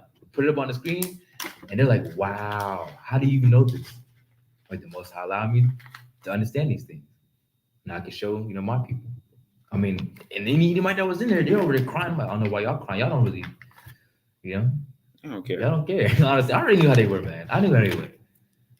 They can say the kid all they want, but that's just not how they were. Because if I would have showed them the scriptures concerning them, having to kiss the boot, like we always do, they wouldn't have done it. Right. Because I knew a lot of them. I've heard some of the conversations that they had. I've heard them say the slurs, all these things behind other brothers and sisters' backs. Right? Because I didn't say anything. Like I said, moved with wisdom. But I knew how they were, how they felt towards me, how they felt towards a lot of our people. I've seen all these things. And guess what? The scripture, it never fails. The scriptures never fail. Never trust on anyone. Right. If they had the option to spit in my Subway sandwich, I bet they would have. That's how bad they are, man. And they grew up like that. Man, if they had a chance as a collective to put you back in slavery, I bet they would. 100%. Definitely would. They don't change. What's the thing? The Constitution still says we 3/5. Still says we're 3/5 of man. You know what's funny? Not even funny, but sad. The fact that not too long ago, I posted a post about how slavery was actually going on over here in Georgia. Not too long ago. Right. And it blew up. That post has, I think, like 64,000. Like 64,000 likes on it. It's a brother that posted it, by the way. Hebrew Israelite brother posted that. Think about that. And people were like, wow. Some were like, I'm not even surprised. Right. Because they see how America is moving. They see it. Mm-hmm. And those places are not even far, like in the state. They're like maybe like an hour, 2 hours away from us. Think about how crazy that is. Those areas are south of us. The Most High just showing Esau's wickedness. How are the things of Esau sought up? All this information coming out, they can't say nothing. They won't be able to say anything soon. Right. They won't be able to say anything soon. Soon there's going to be uproars of the people, and prophecy will continue to come to pass. Right, you can go ahead and Genesis chapter 49, verse 2. Well, verse 3. Well, actually, no, verse 4. Mm-hmm. So like you. Unstable as water, Mm-hmm. thou shalt not excel, because thou wentest up to thy father's bed, then defilest thou it. He went up to my couch. If you notice something about that tribe as well, they're never able to get a what's the word I'm looking for? They're never able to get real recognition for what happened to them. Like people know about the Trail of Tears, etc. That happened to the Seminoles and what happened to the natives, but they're like, okay, so because now they got the $5 Indians, Edomites claiming to be Indians. They overlook Reuben. They overlook Gad. They overlook these different tribes. They're like, we're these tribes too. Where are these people? On what side? Oh, my mother. Oh, I bought it. My grandfather, he did something a long time ago. Mm-hmm. Right? They'll talk about these things. And then when we confound them, what do they say? I am an Indian. You can't tell me this. You can't tell me that. Why do you guys not know your history? Because when we talk, or it's like, I don't know if he has, but I know I've talked to some of our other Kingdom brothers, right? And guess what they always told me? They tell me some of the history. They know some of these things. They grew up knowing. That's a sad thing. Because I'll look at them like, yo, you know a lot for somebody. Like, I barely see these specific tribes in the first place, but when I do talk to them, they know. And they're sorrowful. They talk about how over there at Mount Rushmore, they talk about how their people over there or their tribes over there are crying still to this day, mourning the loss of the Northern Kingdom. They're thinking about these things constantly. How we think about slavery, they think about these things that happened over there to them. And they're like, yo, the fact that they have their faces blasted in front of our face like that, that hurts. And it's annoying. They get mad real easily. If we talk about how, like, I'll give you an example. There's I believe it's a brother on TikTok, right? We talked about TikTok earlier. How there's a lot of videos on there. There's a brother on TikTok, right? who's actually, I believe he's also Reuben. Yeah, he's Reuben. This man has had Esau talk down on him so many times, and he will like, it's called like stitching a video. That means like you do a response video to what they just said, cutting them up. Because now you guys want to say that you guys are Indians? Oh, really? Why did you literally claim in another video that those are your forefathers that were on Mount Rushmore? Esau just be letting their tongue slip. They see all these different things. Now you're an Indian? How? Where does that come from? Claiming to be other people. And you know they've been doing that for years, right? Hundreds of thousands of years, to be a fact. Because we're not the first people that they stole identity from. We're not the first people that they stole identity from. We're just the most important people. The important people. Con? Right. And one thing is, it says unstable as water. Mm-hmm. That means they was always on the go. Yes. You know, they was always on the go. Con. And that's one thing, you know, about Reuben, right? And they said, thou shalt not excel. Mm-hmm. And I said they shouldn't excel, meaning prosper or grow, right? Con. Because thou wentest up to my to thy father's bed. That's my when he said which father concubine. Con. Right? And you know, that's if you wanted a precept for that, it'll be Genesis chapter 35, verse 22. But for time's sake, you know, I'm just leave it at that, right? Yeah, Con. For time's sake, we might just have to rush through it. We're Right. already at 2. So Right. Go ahead. Genesis chapter 49, verse 5. Mm-hmm. Simeon and Levi are brethren. Who? Simeon and Levi are brethren. Who is Simeon and who is Levi? Levi's, I'll be bold on the internet. Levi's my favorite child. I'll have to say that. I love Levi, man. I love my Levi brother right here. He knows I love him, man. Love all the tribes. Levi, I love Levi, man. Levi and Simeon. Who are Levi and Simeon today? Mm-hmm. Dominicans. So-called Dominicans. Con. Because if you know where they are, their geological locale, they're on the same island, same place. That's why it says they are brethren. They are brethren, right? Go ahead. Instruments of cruelty are in their habitation. Now, what could that be talking about? What is something that they're both known for? Wickedness, I mean. Think about it on the wicked scale. Wicked thing that they're known for. Before you knew that they were Levi and Simeon, whenever you heard the word Haitian or the name Haitian, what automatically came to your mind? Sadly. Exactly. Right. The instruments of cruelty, right? Right. What is it? Santa Maria for yeah, brothers? something. Think about that. Just complete wickedness or whatever. Instruments of cruelty. Right. All right, go ahead. Verse 6. Mm-hmm. O my soul, come not thou into their secret, Uh-huh. unto their assembly, Mm-hmm. mine honor. Be not thou united, for in their anger they slew a man, and in their self-will they dig down the wall. That's right. So I believe it was Delilah, or I forgot her name. Dinah. It's like my bad, Delilah. Dinah, right? If you look into the history, what happened with those two brothers, they killed everybody. I don't know if you're familiar with the story of what happened. Genesis 34, I believe. Yeah, you can get that if you Circumcised them? La. It was a Hamite, right? It was a Hamite who actually found Dinah to be very beautiful, and he got with her, right? Lay with her and everything. And those two, Levi and Simeon, were not having it. So That's their sisters. yeah, that's their sister, right? It's like this thing Hamite just came into our sister like that? Oh heck no! And they killed everybody. Right? Their anger, like I tell them all the time, their anger is something else, man. We see it to this day. Their anger is nothing to be played with, right? I'm not gonna lie though, I think it's funny, but I love my brothers. Yeah, he loved looking at Levi's angry. He just loved he find it funny when Levi's get angry. Man. No, But these scriptures are so true. Like no one can literally gainsay who we believe the tribes are, right? because we see it each and every day. Right? Go ahead. Verse 7. Mm-hmm. Cursed be their anger. Cursed be what? Cursed be their anger. Uh-huh. For it was fierce in their wrath. Mm-hmm. For it was cruel. Uh-huh. I will divide them in Jacob Mm-hmm. and scatter them in Israel. Because if you look at those specific tribes, or really Levi in general, they're scattered within all the tribes. They're everywhere.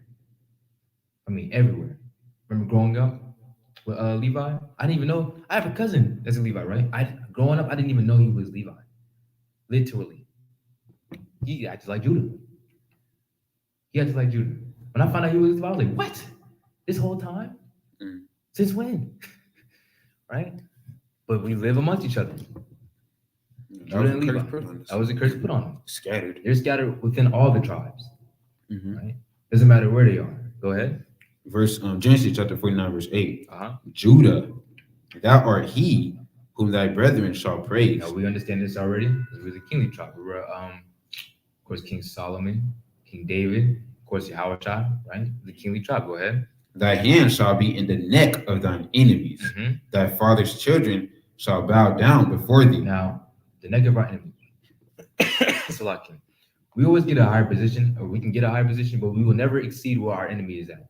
Have you ever noticed that before? We'll get a high position, but we'll never exceed where they are. Like we can. They right down the neck. That's right below the head. Exactly, right below the head. Like I'll give you an example. Michael Jordan, right? He might be a billionaire, but he'll never be a Steve Jobs, or he'll never be what's that other dude? Bill Gates. He'll never be on those levels of billions. Elon Musk, right? He'll never be on their level. He can talk about how he's so successful, etc., all that he wants. But he's still to them, he's still I don't want to say the word, but he's still Judah in their eyes. Like he's still just a so-called black man. A byword. Yeah. Still a byword. They don't care nothing about him. You a billionaire all you want. You're not on our level. You're nothing to us. Right? Go ahead. So yeah, Israel's in the neck. Where you look, that's right below the head. You chop the neck out, the head going down too. That's right. That's why. So if we all gather together, right? If all of Israel gathered together and stop shopping at any of these stores, these places will close down. For 1 or 2 days. Exactly, 1 or 2 days. We stop for 1 or 2 days, it's over. Right. It's like the economy is done. And that's the thing. They dangle this stimulus check over us, especially Judah. I'm gonna be honest with you. They dangled over our tribe, bro, and it's just over. We go after that. All right, man. I gotta go get my Jordans, bro. Okay, what y'all got going on? I'm gonna get my car detailed. We'll make sure I get my haircut, my fresh haircut. I'm gonna make sure I get all this stuff going. Right? That's how they feel. That's how we feel. And that's exactly the problem. Because Judah has to be woken up. Right? It's very hard to wake up Judah in the land of our captivity. Why? Because we look at Esau as God. Sadly, that's the truth. That's the truth. Go ahead. Verse 9. Genesis chapter 49, verse 9. Judah is a lion's whelp. Well, that's a young lion. Right? From the prey, my son, thou art gone up. He stooped down. He crouched as a lion. And as an old lion, who shall rouse him up? Shall what? Who shall rise him up? Who's going to raise his tribe up? Who's going to rouse him up? Who's going to rouse up the Judahites? Man, when Judah rise, it began real. It gets real. You look at the history, man. It's like they almost about to conquer everything, right? And then they sit right back down. Because we get rocked to sleep. Right. When they put Sleepy Joe Biden in charge, guess what happened? It was Judah that was like, yeah, we got him, man. He's nicer than Trump. And guess what? Guess what we got right now? It's so sad, man. It's like giving Judah a sleeping pill. Literally, it's like because they know Judah. They know not to mess with Judah. Judah is like the best in music. Judah is the strongest, the fastest. They're dominant. Judah is a lion. You know what I'm saying? I'll say we're the most rounded tribe, but all that, because you got Levi, you got Benjamin, you got Manasseh, you got Ephraim. Now I don't want to, I don't even want to tribe. Judah, no offense, but Judah one of my favorites. I love Judah. Yeah. You know what I'm saying? But we gotta wake the tribes up, man. Right. You gotta wake the tribes up. And when you look at Judah, it's very difficult to wake up my tribe. Why? Because we have that mentality of, all right, listen, the white man is God. You see all these images around, and guess what? We can't fight that. Right. He's gonna join with it. And that's how they feel. So once we start teaching them who they are, anybody that looks like them, nigga, who are you? I want nothing from you. Who are you? You're not a scholar. You're not anybody to me. Right. Even if we do go to college to be a scholar, guess what? They still look at us like we're nothing. Nothing that you say that'll come out of your mouth means anything to them. That's a problem. So they're the most difficult to wake up, especially if they have that mentality of, I can do whatever I want. I don't care what nobody's saying. I've seen them. It's sad. It's annoying. It's definitely annoying. Right. It's definitely annoying. Because we already feel like we the S word. We already feel like everybody does look at us for the swag and stuff. And that's why we have that mentality. Right. Because we were at once kings. We were once at a high position. Well, of course we're at the bottom, but all the tribes, even all the other nations, they look at us for certain things. Yeah. Right. The swag comes from certain tribes, and they like to copy it. They like to copy Israel in general, believe it or not. Right? So because we have that mentality, that's why we can't go anywhere. Right, go ahead. Genesis chapter 49, verse 10. The scepter shall not depart from Judah, nor a lawgiver from between his feet, until Shiloh come, and unto him shall the gathering of the people be. Yahweh Shai. We understand that the people, our tribes, are going to be gathered when he comes. Right. That scepter shouldn't lead them, because they always going to be the kings. That scepter not going to leave him. Yahweh Shai is going to be the king over Israel forever. Right. Think about that. That's a long time. So the gathering of the people. Mm-hmm. He's going to gather the people. Your house is going to do that. We got scriptures on that, I believe, last night as well. What is it? There's Matthew 24, 31. 31. You got these other nations. It's like my bad. You got these other nations saying that the rapture is going to happen, right? But they can't show that in the scriptures. Their rapture of a white Jesus coming to save them, and then guess what? Now they're going to heaven. Everybody else that's condemned going to hell. What's going to happen with the earth after that? I'm always asking that. What happens to the earth after that? Anybody live on the earth anymore? They don't know. Because the scriptures say that the judgment place is earth. That's where it all says place, man. It also says that's where the kingdom of heaven is going to be, on earth, with our people. We're going to be ruling this place forever and ever, right? There's not anything that they can say that's going to twist our mind, number one. Number two, they have to show us in the scripture where it says that they're going to be gathered. Too many scriptures say that it's only going to be Israel that's going to be gathered. Only Israel. It never says it's going to be anybody else. All 12 tribes. It says that the tribes mourned in the Revelation. It's all the tribes of the earth are going to mourn. Because we're scattered throughout everywhere. We're going to be mourning when we see those chairs. Like, yo. You know what I'm saying? Like a sigh of relief. Well, it's a sigh of relief. And for the wicked, it's a sigh of scared. Like, they're going to be scared as heck. Like, yo, they've been talking about these things for a long time. I don't want to go. It's too late. Right. Should listen. You know what I'm saying? Go ahead. I'm just get this precept real quickly to prove that Yahweh Shai is the one they're talking about from tribe of Judah, right? This is the book of Revelation, chapter 5, verse 5. And one of the elders saith unto me, weep not. Behold, the Lion of the tribe of Judah, the root of David, have prevailed to open the book and to loose the seven seals, to loose the seven seals thereof. Right? And that tribe, that Lion of the tribe of Judah, that's Yahweh Shai is talking about. That's right. That proves that Yahweh Shai is from the tribe of Judah. In the gathering, you're going to Matthew 24, chapter 30, verse 31 and 31. You're going to see how he's going to be gathering. I believe another one is Zephaniah 3 and 18. Kind of believe so. And then there's too many scriptures literally bringing it out. Right. Either 3 and 18 or 3 and 8. One of my favorite ones is Deuteronomy 30. Let me check that. I'm going to be honest with you. That's probably my favorite chapter. One of my favorite chapters of the whole Bible. And you read Deuteronomy 30, and that's why I used to bring it out so adamantly, especially on the streets, teaching. When you read Deuteronomy 30, I wish a Christian would just walk up one day.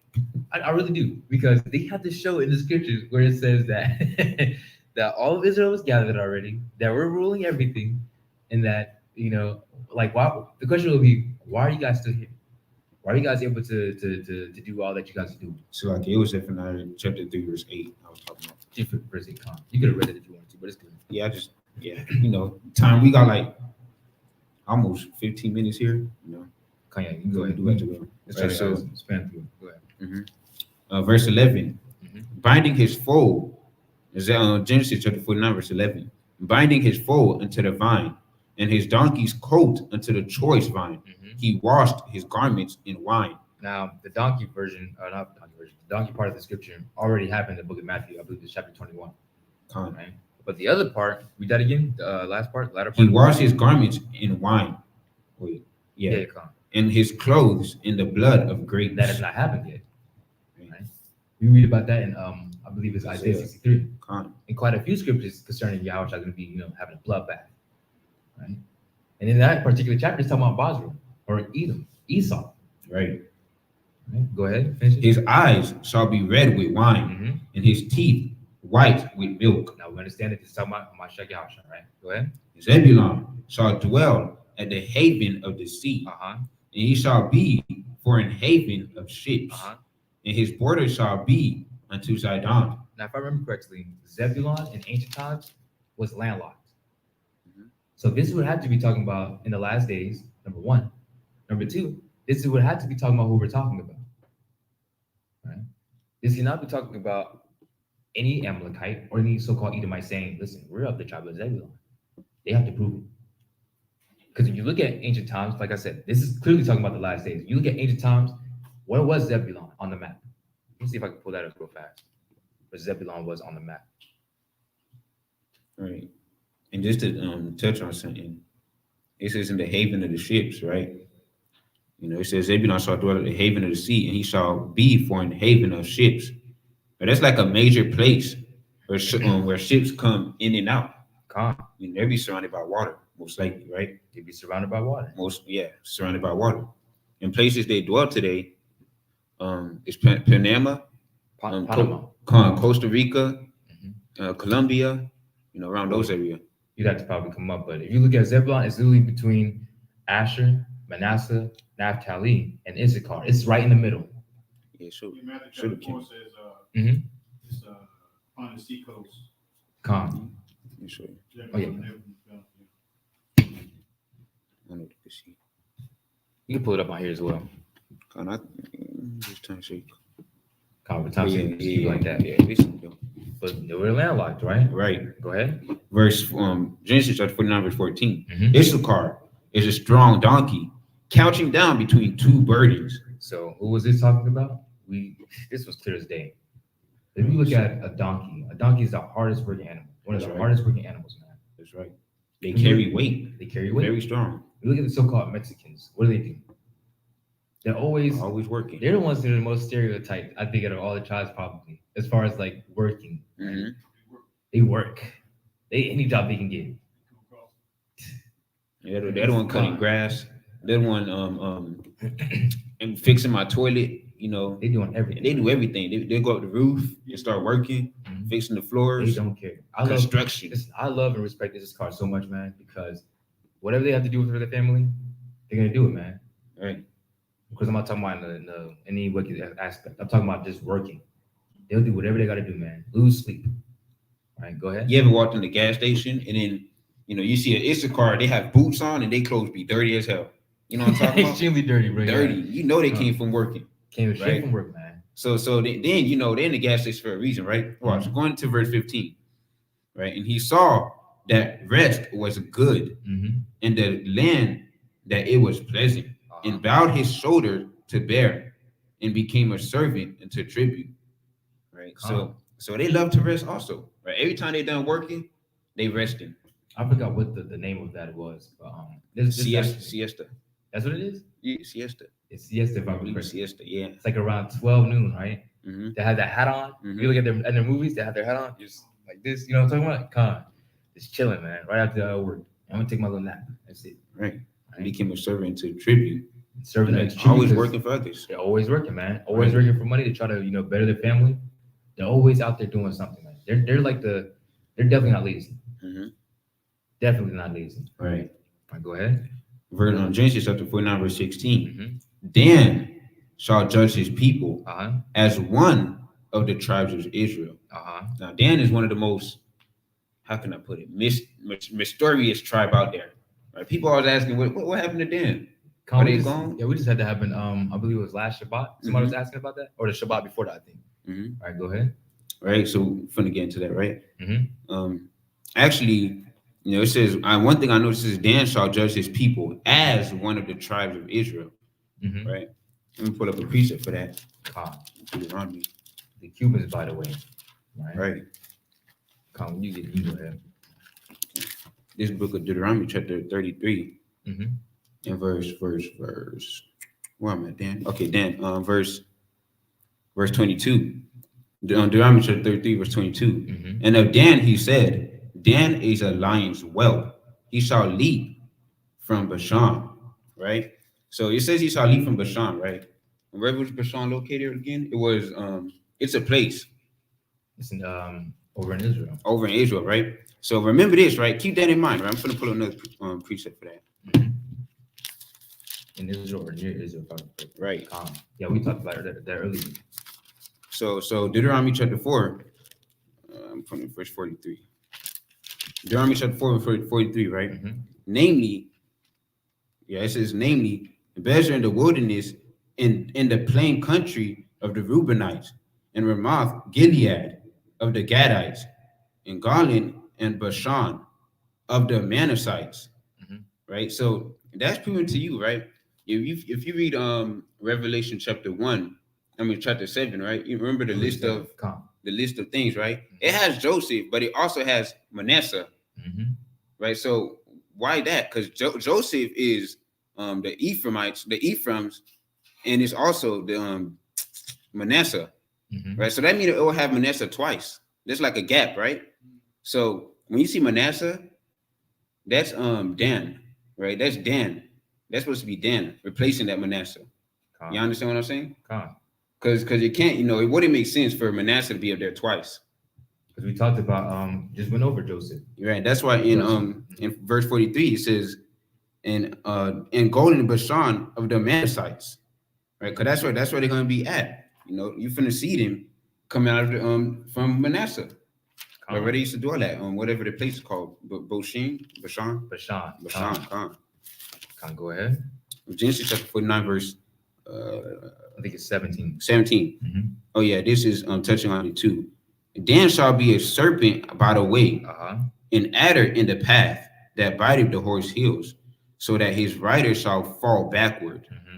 Right. So serpent in the way, right? An adder in the path. That's showing you that if a snake is in the grass, right, they're hard to see. Right? Just like today, Dan, we don't know who they are. I mean, right? we do, but yeah, we do. A lot of people don't know who they are, right? Hard to see. Right? We don't see them around also a lot, right? So that's what it's talking about. And it says, I have waited for thy salvation, O Most High. And that was verse 18. I have waited for thy salvation, O Most High. Because these tribes, they're waiting for their salvation. They're waiting, man. Right. When they wake up and they find out who they are, especially Dan, because a lot of people overlook Dan a lot. They really do overlook Dan a lot. Right. That's why it's being compared to like a snake in the grass. You're gonna overlook it. Go ahead. Verse 19. Right. Gad, a troop shall overcome him, but he shall overcome at the last. So what? But he shall overcome at the last. Now, who did we say this was earlier? Now think about what happened to them. We mentioned Chilatiz earlier, right? Talked about them. Yeah. So do you remember what happened with Gad, that specific tribe? A lot of things happened with Gad, and a lot of people would also argue that they got diminished as well. Not super heavily, but from how they used to be. Because with Esau, Esau is really disgusting. Let me just put that out there. Esau is nasty, man. But then with their weaponry and then making all these different treaties, they continuously lied to the tribes, right? Especially Gad. They lied to Gad a lot. I believe that's the specific tribe that had the Chilatiz. I could be wrong. But if I remember correctly, that's a tribe, right? And when you look at what happened to them, they got pushed from where they were all the way, I believe it was west. Started going west and then up west as well, northwest. All right? So they're literally waiting for these days too when they wake up. They're probably one of the most on fire tribes there are. They're waiting a lot, man. They're heavily waiting. Because like I said and mentioned earlier, no, I said the brother was a similar name, Slaki. He was a Gadite. The one I was talking about on TikTok, Slaki. Now I just remember. A Gadite, right? Going in telling Esau, you are not a so-called Indian. Who are y'all? You're talking about $5 Indians. Y'all are not even Indians. Y'all not true Indians. Because if y'all were, y'all would have the same pain that I had. Seeing those things blasted up there, Mount Everest. They're waiting. They're upset, man. Indigenous native. Right? Indigenous, right? Go ahead. Okay, verse 20. Out of Asher, his bread shall be fat, and he shall yield royal dainties. Right? Because they're full of riches. Very dominant, right? If you look at the word Asher or Ashar in Hebrew, it's happy, by the way. Right? Go ahead. Right. Verse 21. Naphtali is a hind, was a hind let loose. He giveth goodly words. Meaning Naphtali is very nice. They're very peaceful. That's what they are, man. They're very welcoming. You're way to Chile. Right. Very welcoming, right? Very, you know, they're not with the war stuff. They don't like that. Their name means my resting, by the way. Right. Always, he said he always got a smile on his face. Go ahead. Right. I think Argentina, Chile. Argentina, Chile. Yeah, that's what. Verse 22. Joseph is a fruitful bow. Who? Joseph is a fruitful bow. Y'all will stop. Go ahead. Even a fruitful bow by a well, whose branches run over the wall. The archers have sorely grieved him and shot at him and hated him. So who is Yahweh? Who is Joseph? Either y'all can go ahead. Again, it makes up the two tribes of Manasseh and Ephraim. Right? It makes up the two tribes. If you look at Ephraim, right? If you look at Ephraim, what is something that we know about Ephraim? Very fruitful. We mentioned earlier, very fruitful. Extremely fruitful tribe. Extremely fruitful tribe. Like I grew up having a lot of Ephraimite friends, and they would tell you they have big families, and they're usually always together. Always together. And when I look at them, I'm like, yo, they have similarities to Judah, but they also have a lot of differences with Judah as well. Because of, there are times where Judah is always together, but after a certain time in our lives, we always separate. I don't know why. I mean, I know why, it's the curses, but it's heavy. You see it heavy on this tribe, right? Just as you can see it heavy on like Levi. Them being dispersed, even in their households is very different. But Ephraim, they're like usually always together. But I mean, it's always, they have a big family that are usually always together. Go ahead. Okay, so it says the archers have sorely grieved him. Verse 23, the archers have sorely grieved him and shot at him and hated him. I believe when the Europeans first came, they went to Puerto Rico. Right, so it means rich port. Right, that's who was dwelling there. That's why they have a whole, all them ports built up. Right.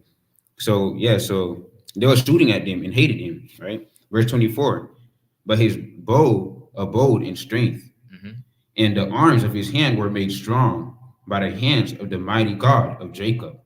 From thence is the shepherd, the stone of Israel. The what? The stone of Israel. All right. Go ahead. Verse 25, even by the Most High of thy father, who shall help thee. So like even by the power of thy father, who shall help thee, and by the Almighty, who shall bless thee with blessings of heaven above, blessings of the deep that lieth under, blessings of the breast and of the womb. The blessings of thy father have prevailed above the blessings of my progenitors unto utmost bound of the everlasting hills.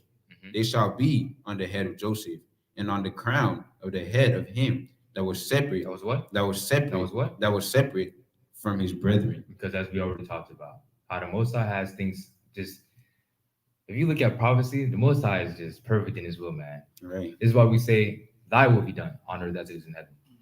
The Most High's will is so perfect, because if you look at how the Most High set everything up, like we said before, how he separated the northern kingdom and the southern kingdom, who was the kings? Who was the kingly tribe of the northern kingdom? Ephraim, right? They were always blessed like that. Right. Think about that. They were blessed to be in that position, just as I guess you could say Judah was blessed to be in our position. And there's always, I guess you could say, envy between the two tribes, those two tribes in particular. Because also when I was growing up, I always had some of them had a problem with me. Of course, we ended up being friends, but in the beginning, it was always a problem for some reason. Every single time. I'm just trying to be cool with you. Like, why is there always an issue?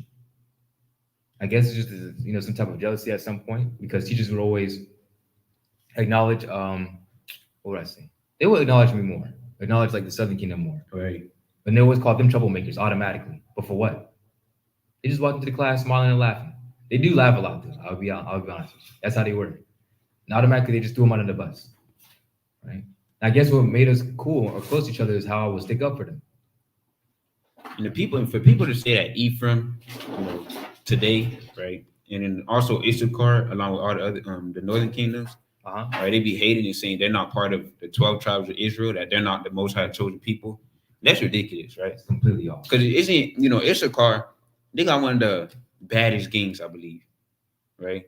Or what's it, Ephraim? I believe it's Issachar. Right, they got one. What are they called?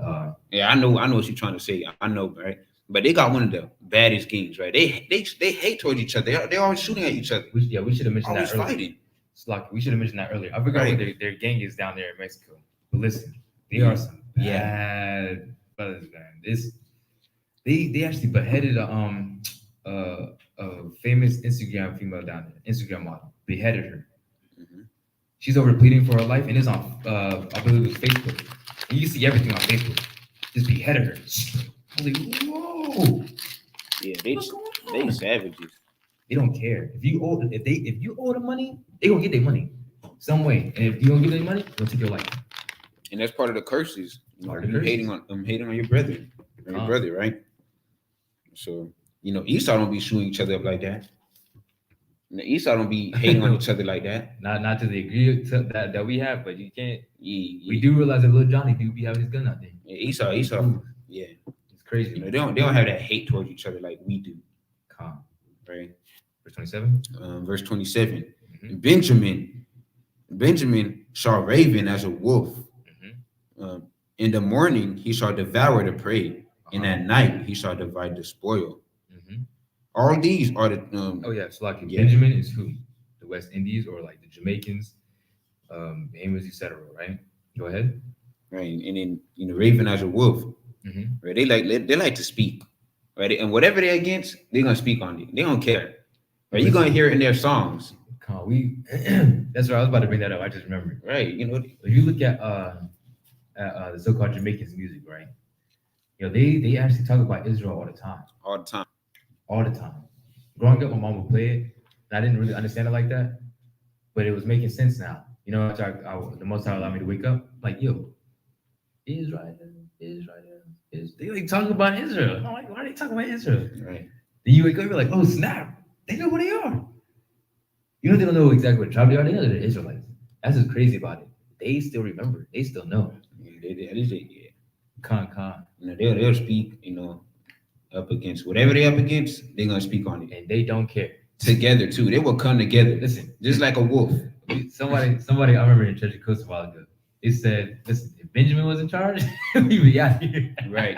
Exactly. Because listen, they'll talk about whatever problems that they're going through, and they're gonna take it to the door.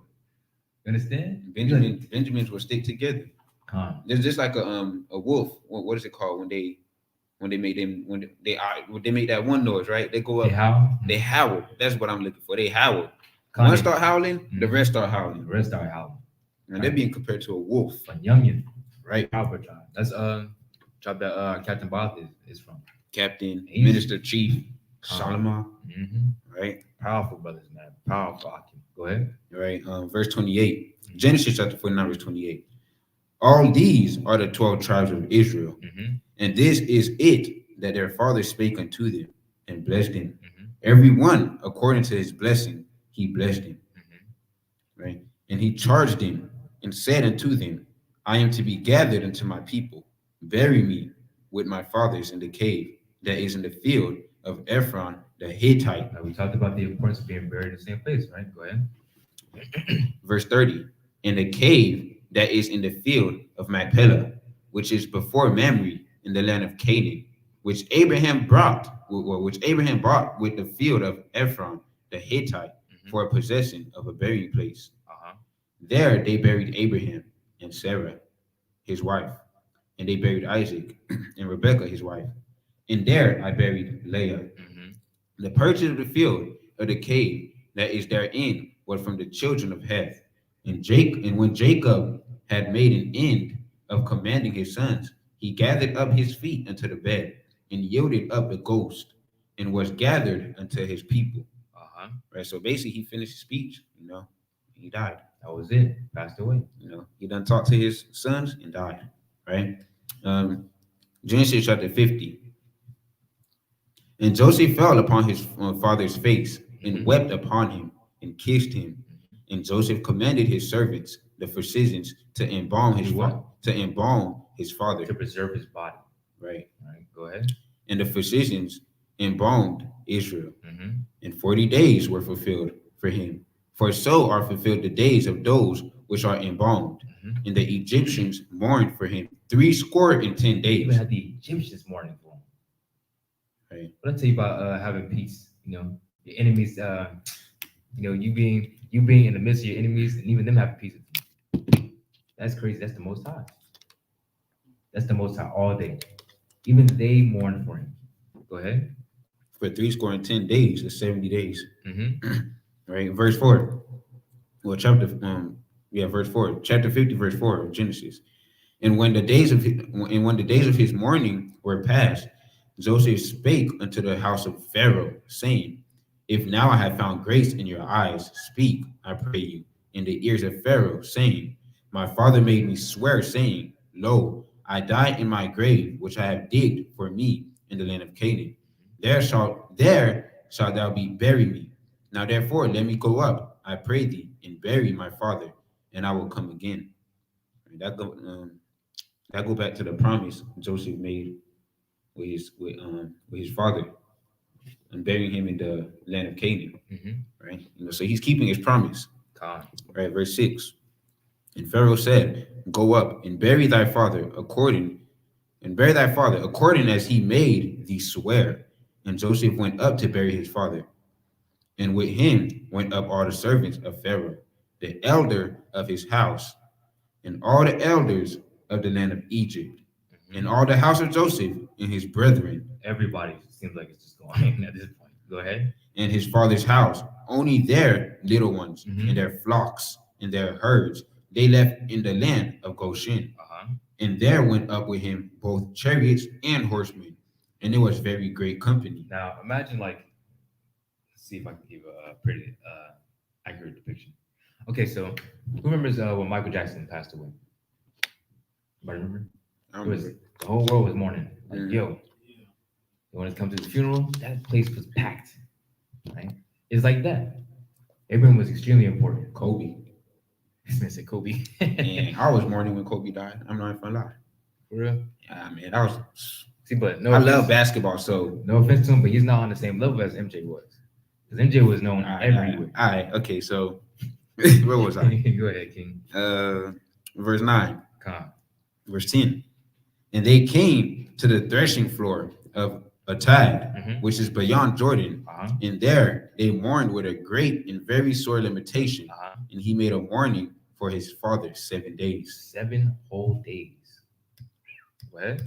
And when the inhabitants of the land, the Canaanites, the Canaanites saw the mourning in the floor of Atad, they saw, this is a grievous mourning to the Egyptians. Wherefore the name of it was called Abel Mizraim, which is beyond Jordan. Verse 12. And his sons did unto him according as he commanded them. For his sons carried him into the land of Canaan. Where? Into the land of Canaan. Into the land of Canaan. Right, go ahead. And buried him in the cave of the field of Machpelah, which Abraham brought with the field for a possession of a burying place of Ephrath the Hittite before Mamre. Verse 14. And Joseph returned into Egypt, he and his brethren. And who? He and his brethren. And who? He and his brethren. Now this is going to be very important for the next Torah portion. All right. He and his brethren returned back to Egypt. Go ahead. And all that went up with him to bury his father after he had buried his father. Verse 15. And when Joseph's brethren saw that their father was dead, they said, Joseph will peradventure hate us. Now, why would they feel this way? Anybody remember? Why would they feel this way? That he would hate them because his father is not dead. Anybody? Because of what they did to him. Because of what they did to him.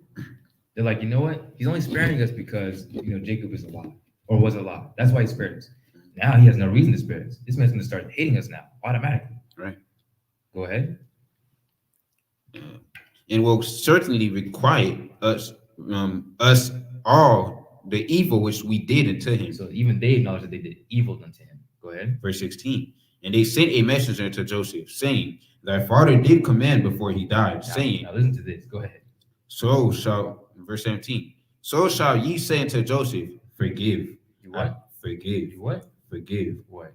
I pray thee now. Go ahead. The trespass of thy brethren in their sin. For they did unto thee evil.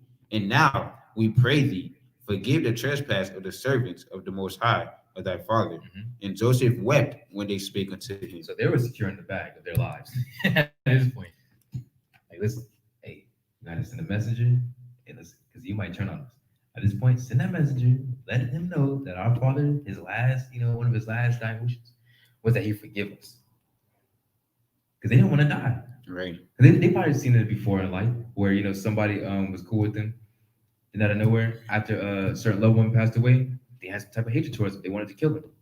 Right? So they're literally saying, listen, we don't want that to happen. Tell him, you got to forgive us. Let him know that our father said it before he passed away. Go ahead. Verse 18. Genesis chapter 50, verse 18. And his brethren also went and fell down before his face.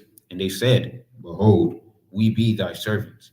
And Joseph said unto them, fear not, for am I in the place of the Most High? Joseph has always been so humble. Am I in the place of the Most High to just do away with y'all? For y'all to be bowing down to me like this? In this way, for this? I'm going to take y'all lives, man. Go ahead.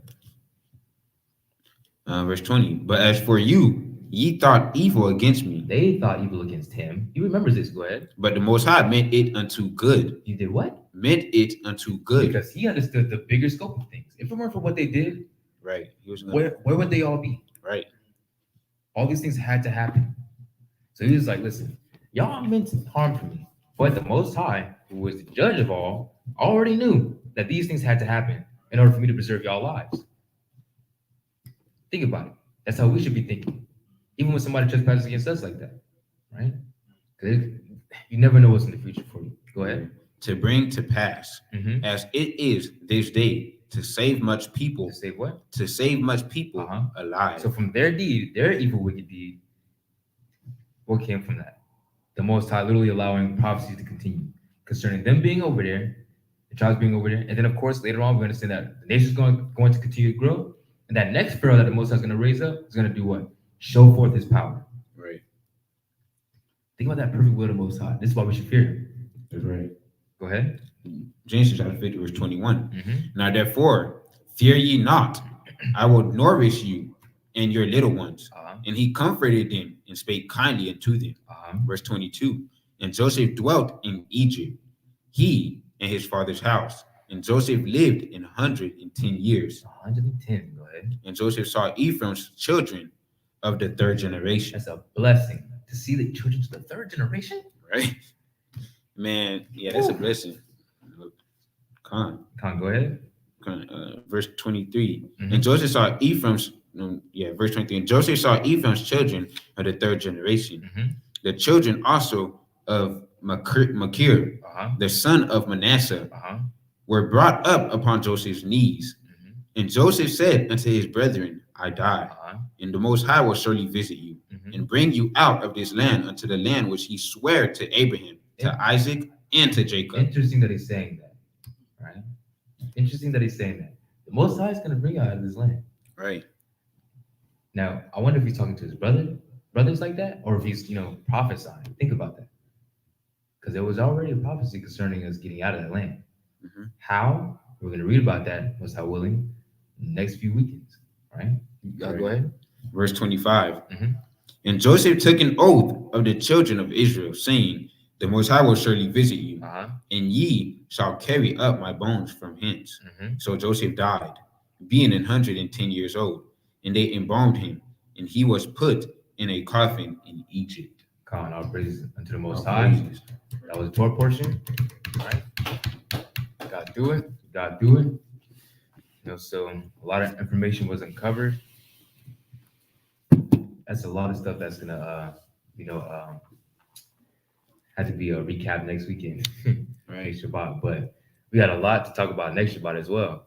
One of my favorite books, Exodus. We're gonna get into it. Showing the power of the Most High, why we should fear the Most High, things that the Most High did, why we should respect the Most High, put respect on his name. You know what I'm saying? Like, we got to get back on the ball. Because once we understand the record that the Most High set for us to look back on, we should be fearing him day and night. Especially when we see all these prophecies coming to pass today. There's nothing impossible for the Most High, as we see that he did in Egypt. Right? All these things we have to keep in mind. Any announcements? I just remembered that. No, I didn't receive any announcement. Let me see. See. So, Friday night service for Israel is from 7:30 to 8 o'clock p.m. Right? It's a prayer for Israel. Right, and I'm pretty sure they're gonna be live too. Possibly. Right, by Captain Yakanan. Right, call into school prayer. If you want to call in for the school prayer phone, that number on that hotline is 754-367-4052. 754-367-4052. Right, and the next announcement is the calendar. The calendar on standby process of calendar is currently being complete. Right, and also, the last thing I want to say is, if it's in your heart to donate to the Light of Zion, or even a prayer, if you just want to pray for the Light of Zion, you could do that. I believe the cash app is the money sign DLOZ. DLOZ. $DLOZ. DLOZ. You want to donate? Go ahead and feel free to. A prayer would also work. We're doing this for the Most High. Right. That was all the announcement for today. Praises. So we do the closing prayer. Sing the song to the Most High. Time for it. I don't know why I closed it. All right, Psalm 67. All right, we're about to do the prayer. Abiding upon Yahweh, rise and face the east. Psalm 67, repeat after me. Yahweh be merciful unto us. Yahweh be merciful unto us. And bless us. And bless us. And cause his face to shine upon us. And cause his face to shine upon us. Selah. Selah. That thy way may be known upon earth. That thy way may be known upon earth. Thy saving health among all nations. Thy saving health among all nations. Let the people praise thee. Let the people praise thee. O Yahweh. O Yahweh. Let all the people praise thee. Let all the people praise thee. O let the nations be glad and sing for joy. O let the nations be glad and sing for joy. For thou shalt judge the people righteously. For thou shalt judge the people righteously. And govern the nations upon earth. And govern the nations upon earth. Selah. Selah. Let the people praise thee. Let the people praise thee. O Yahweh. O Yahweh. Let all the people praise thee. Let all the people praise thee. Then shall the earth yield her increase. Then shall the earth yield her increase. And Yahweh, even our own power, shall bless us. Yahweh shall bless us. Yahweh shall bless us. And all the ends of the earth shall fear thee. And all the ends of the earth shall fear thee. Bahashim, Hamashiach, Yahweh Shah, the water, the Yah. Amen. All praises. All praise be to the Most High. There's no power like Yahweh, great King of the universe, always doing wondrous things. Let all Israel sing amen. Amen, amen, amen, amen. Amen. Hallelujah, hallelujah, hallelujah. Amen, amen, amen, amen. Amen. Hallelujah, hallelujah, hallelujah. There's no power like Yahweh, great King of the universe, always doing wondrous things. Let all Israel sing amen. Sing it. Amen, amen, amen, amen. Amen. Hallelujah, hallelujah, hallelujah. Amen, amen, amen, amen. Amen. Hallelujah, hallelujah, hallelujah. All right, next song. Yeah, short version. Come. Sing it to Yahweh. Sing it to Yahweh. For he hath triumphed gloriously. The horse and his riders gone to sea. Sing to Yahweh. Sing to Yahweh. For he hath triumphed gloriously. The horse and his riders gone to sea. Sing to Yahweh. Verse 2. Sing it to Yahweh. He loves to hear people sing down. He loves to hear the fanciness of sound. Sing it to Yahweh. Sing it to Yahweh. He He loved to hear his people getting down. He loved to hear the fanciness of sound. Verse 1 again. Sing it to Yahweh. Sing it to Yahweh. For he had triumphed gloriously. The horse and his riders don't concede. All praise to the Most High Yahweh. All praises, all praises. Jacob, for surely his mercy endures forever. That, we give all praises, honor, and glory to the Most High again. By Shema Mashiach Yahushua. Until next time, Shalom, Israel. Shalom, Israel.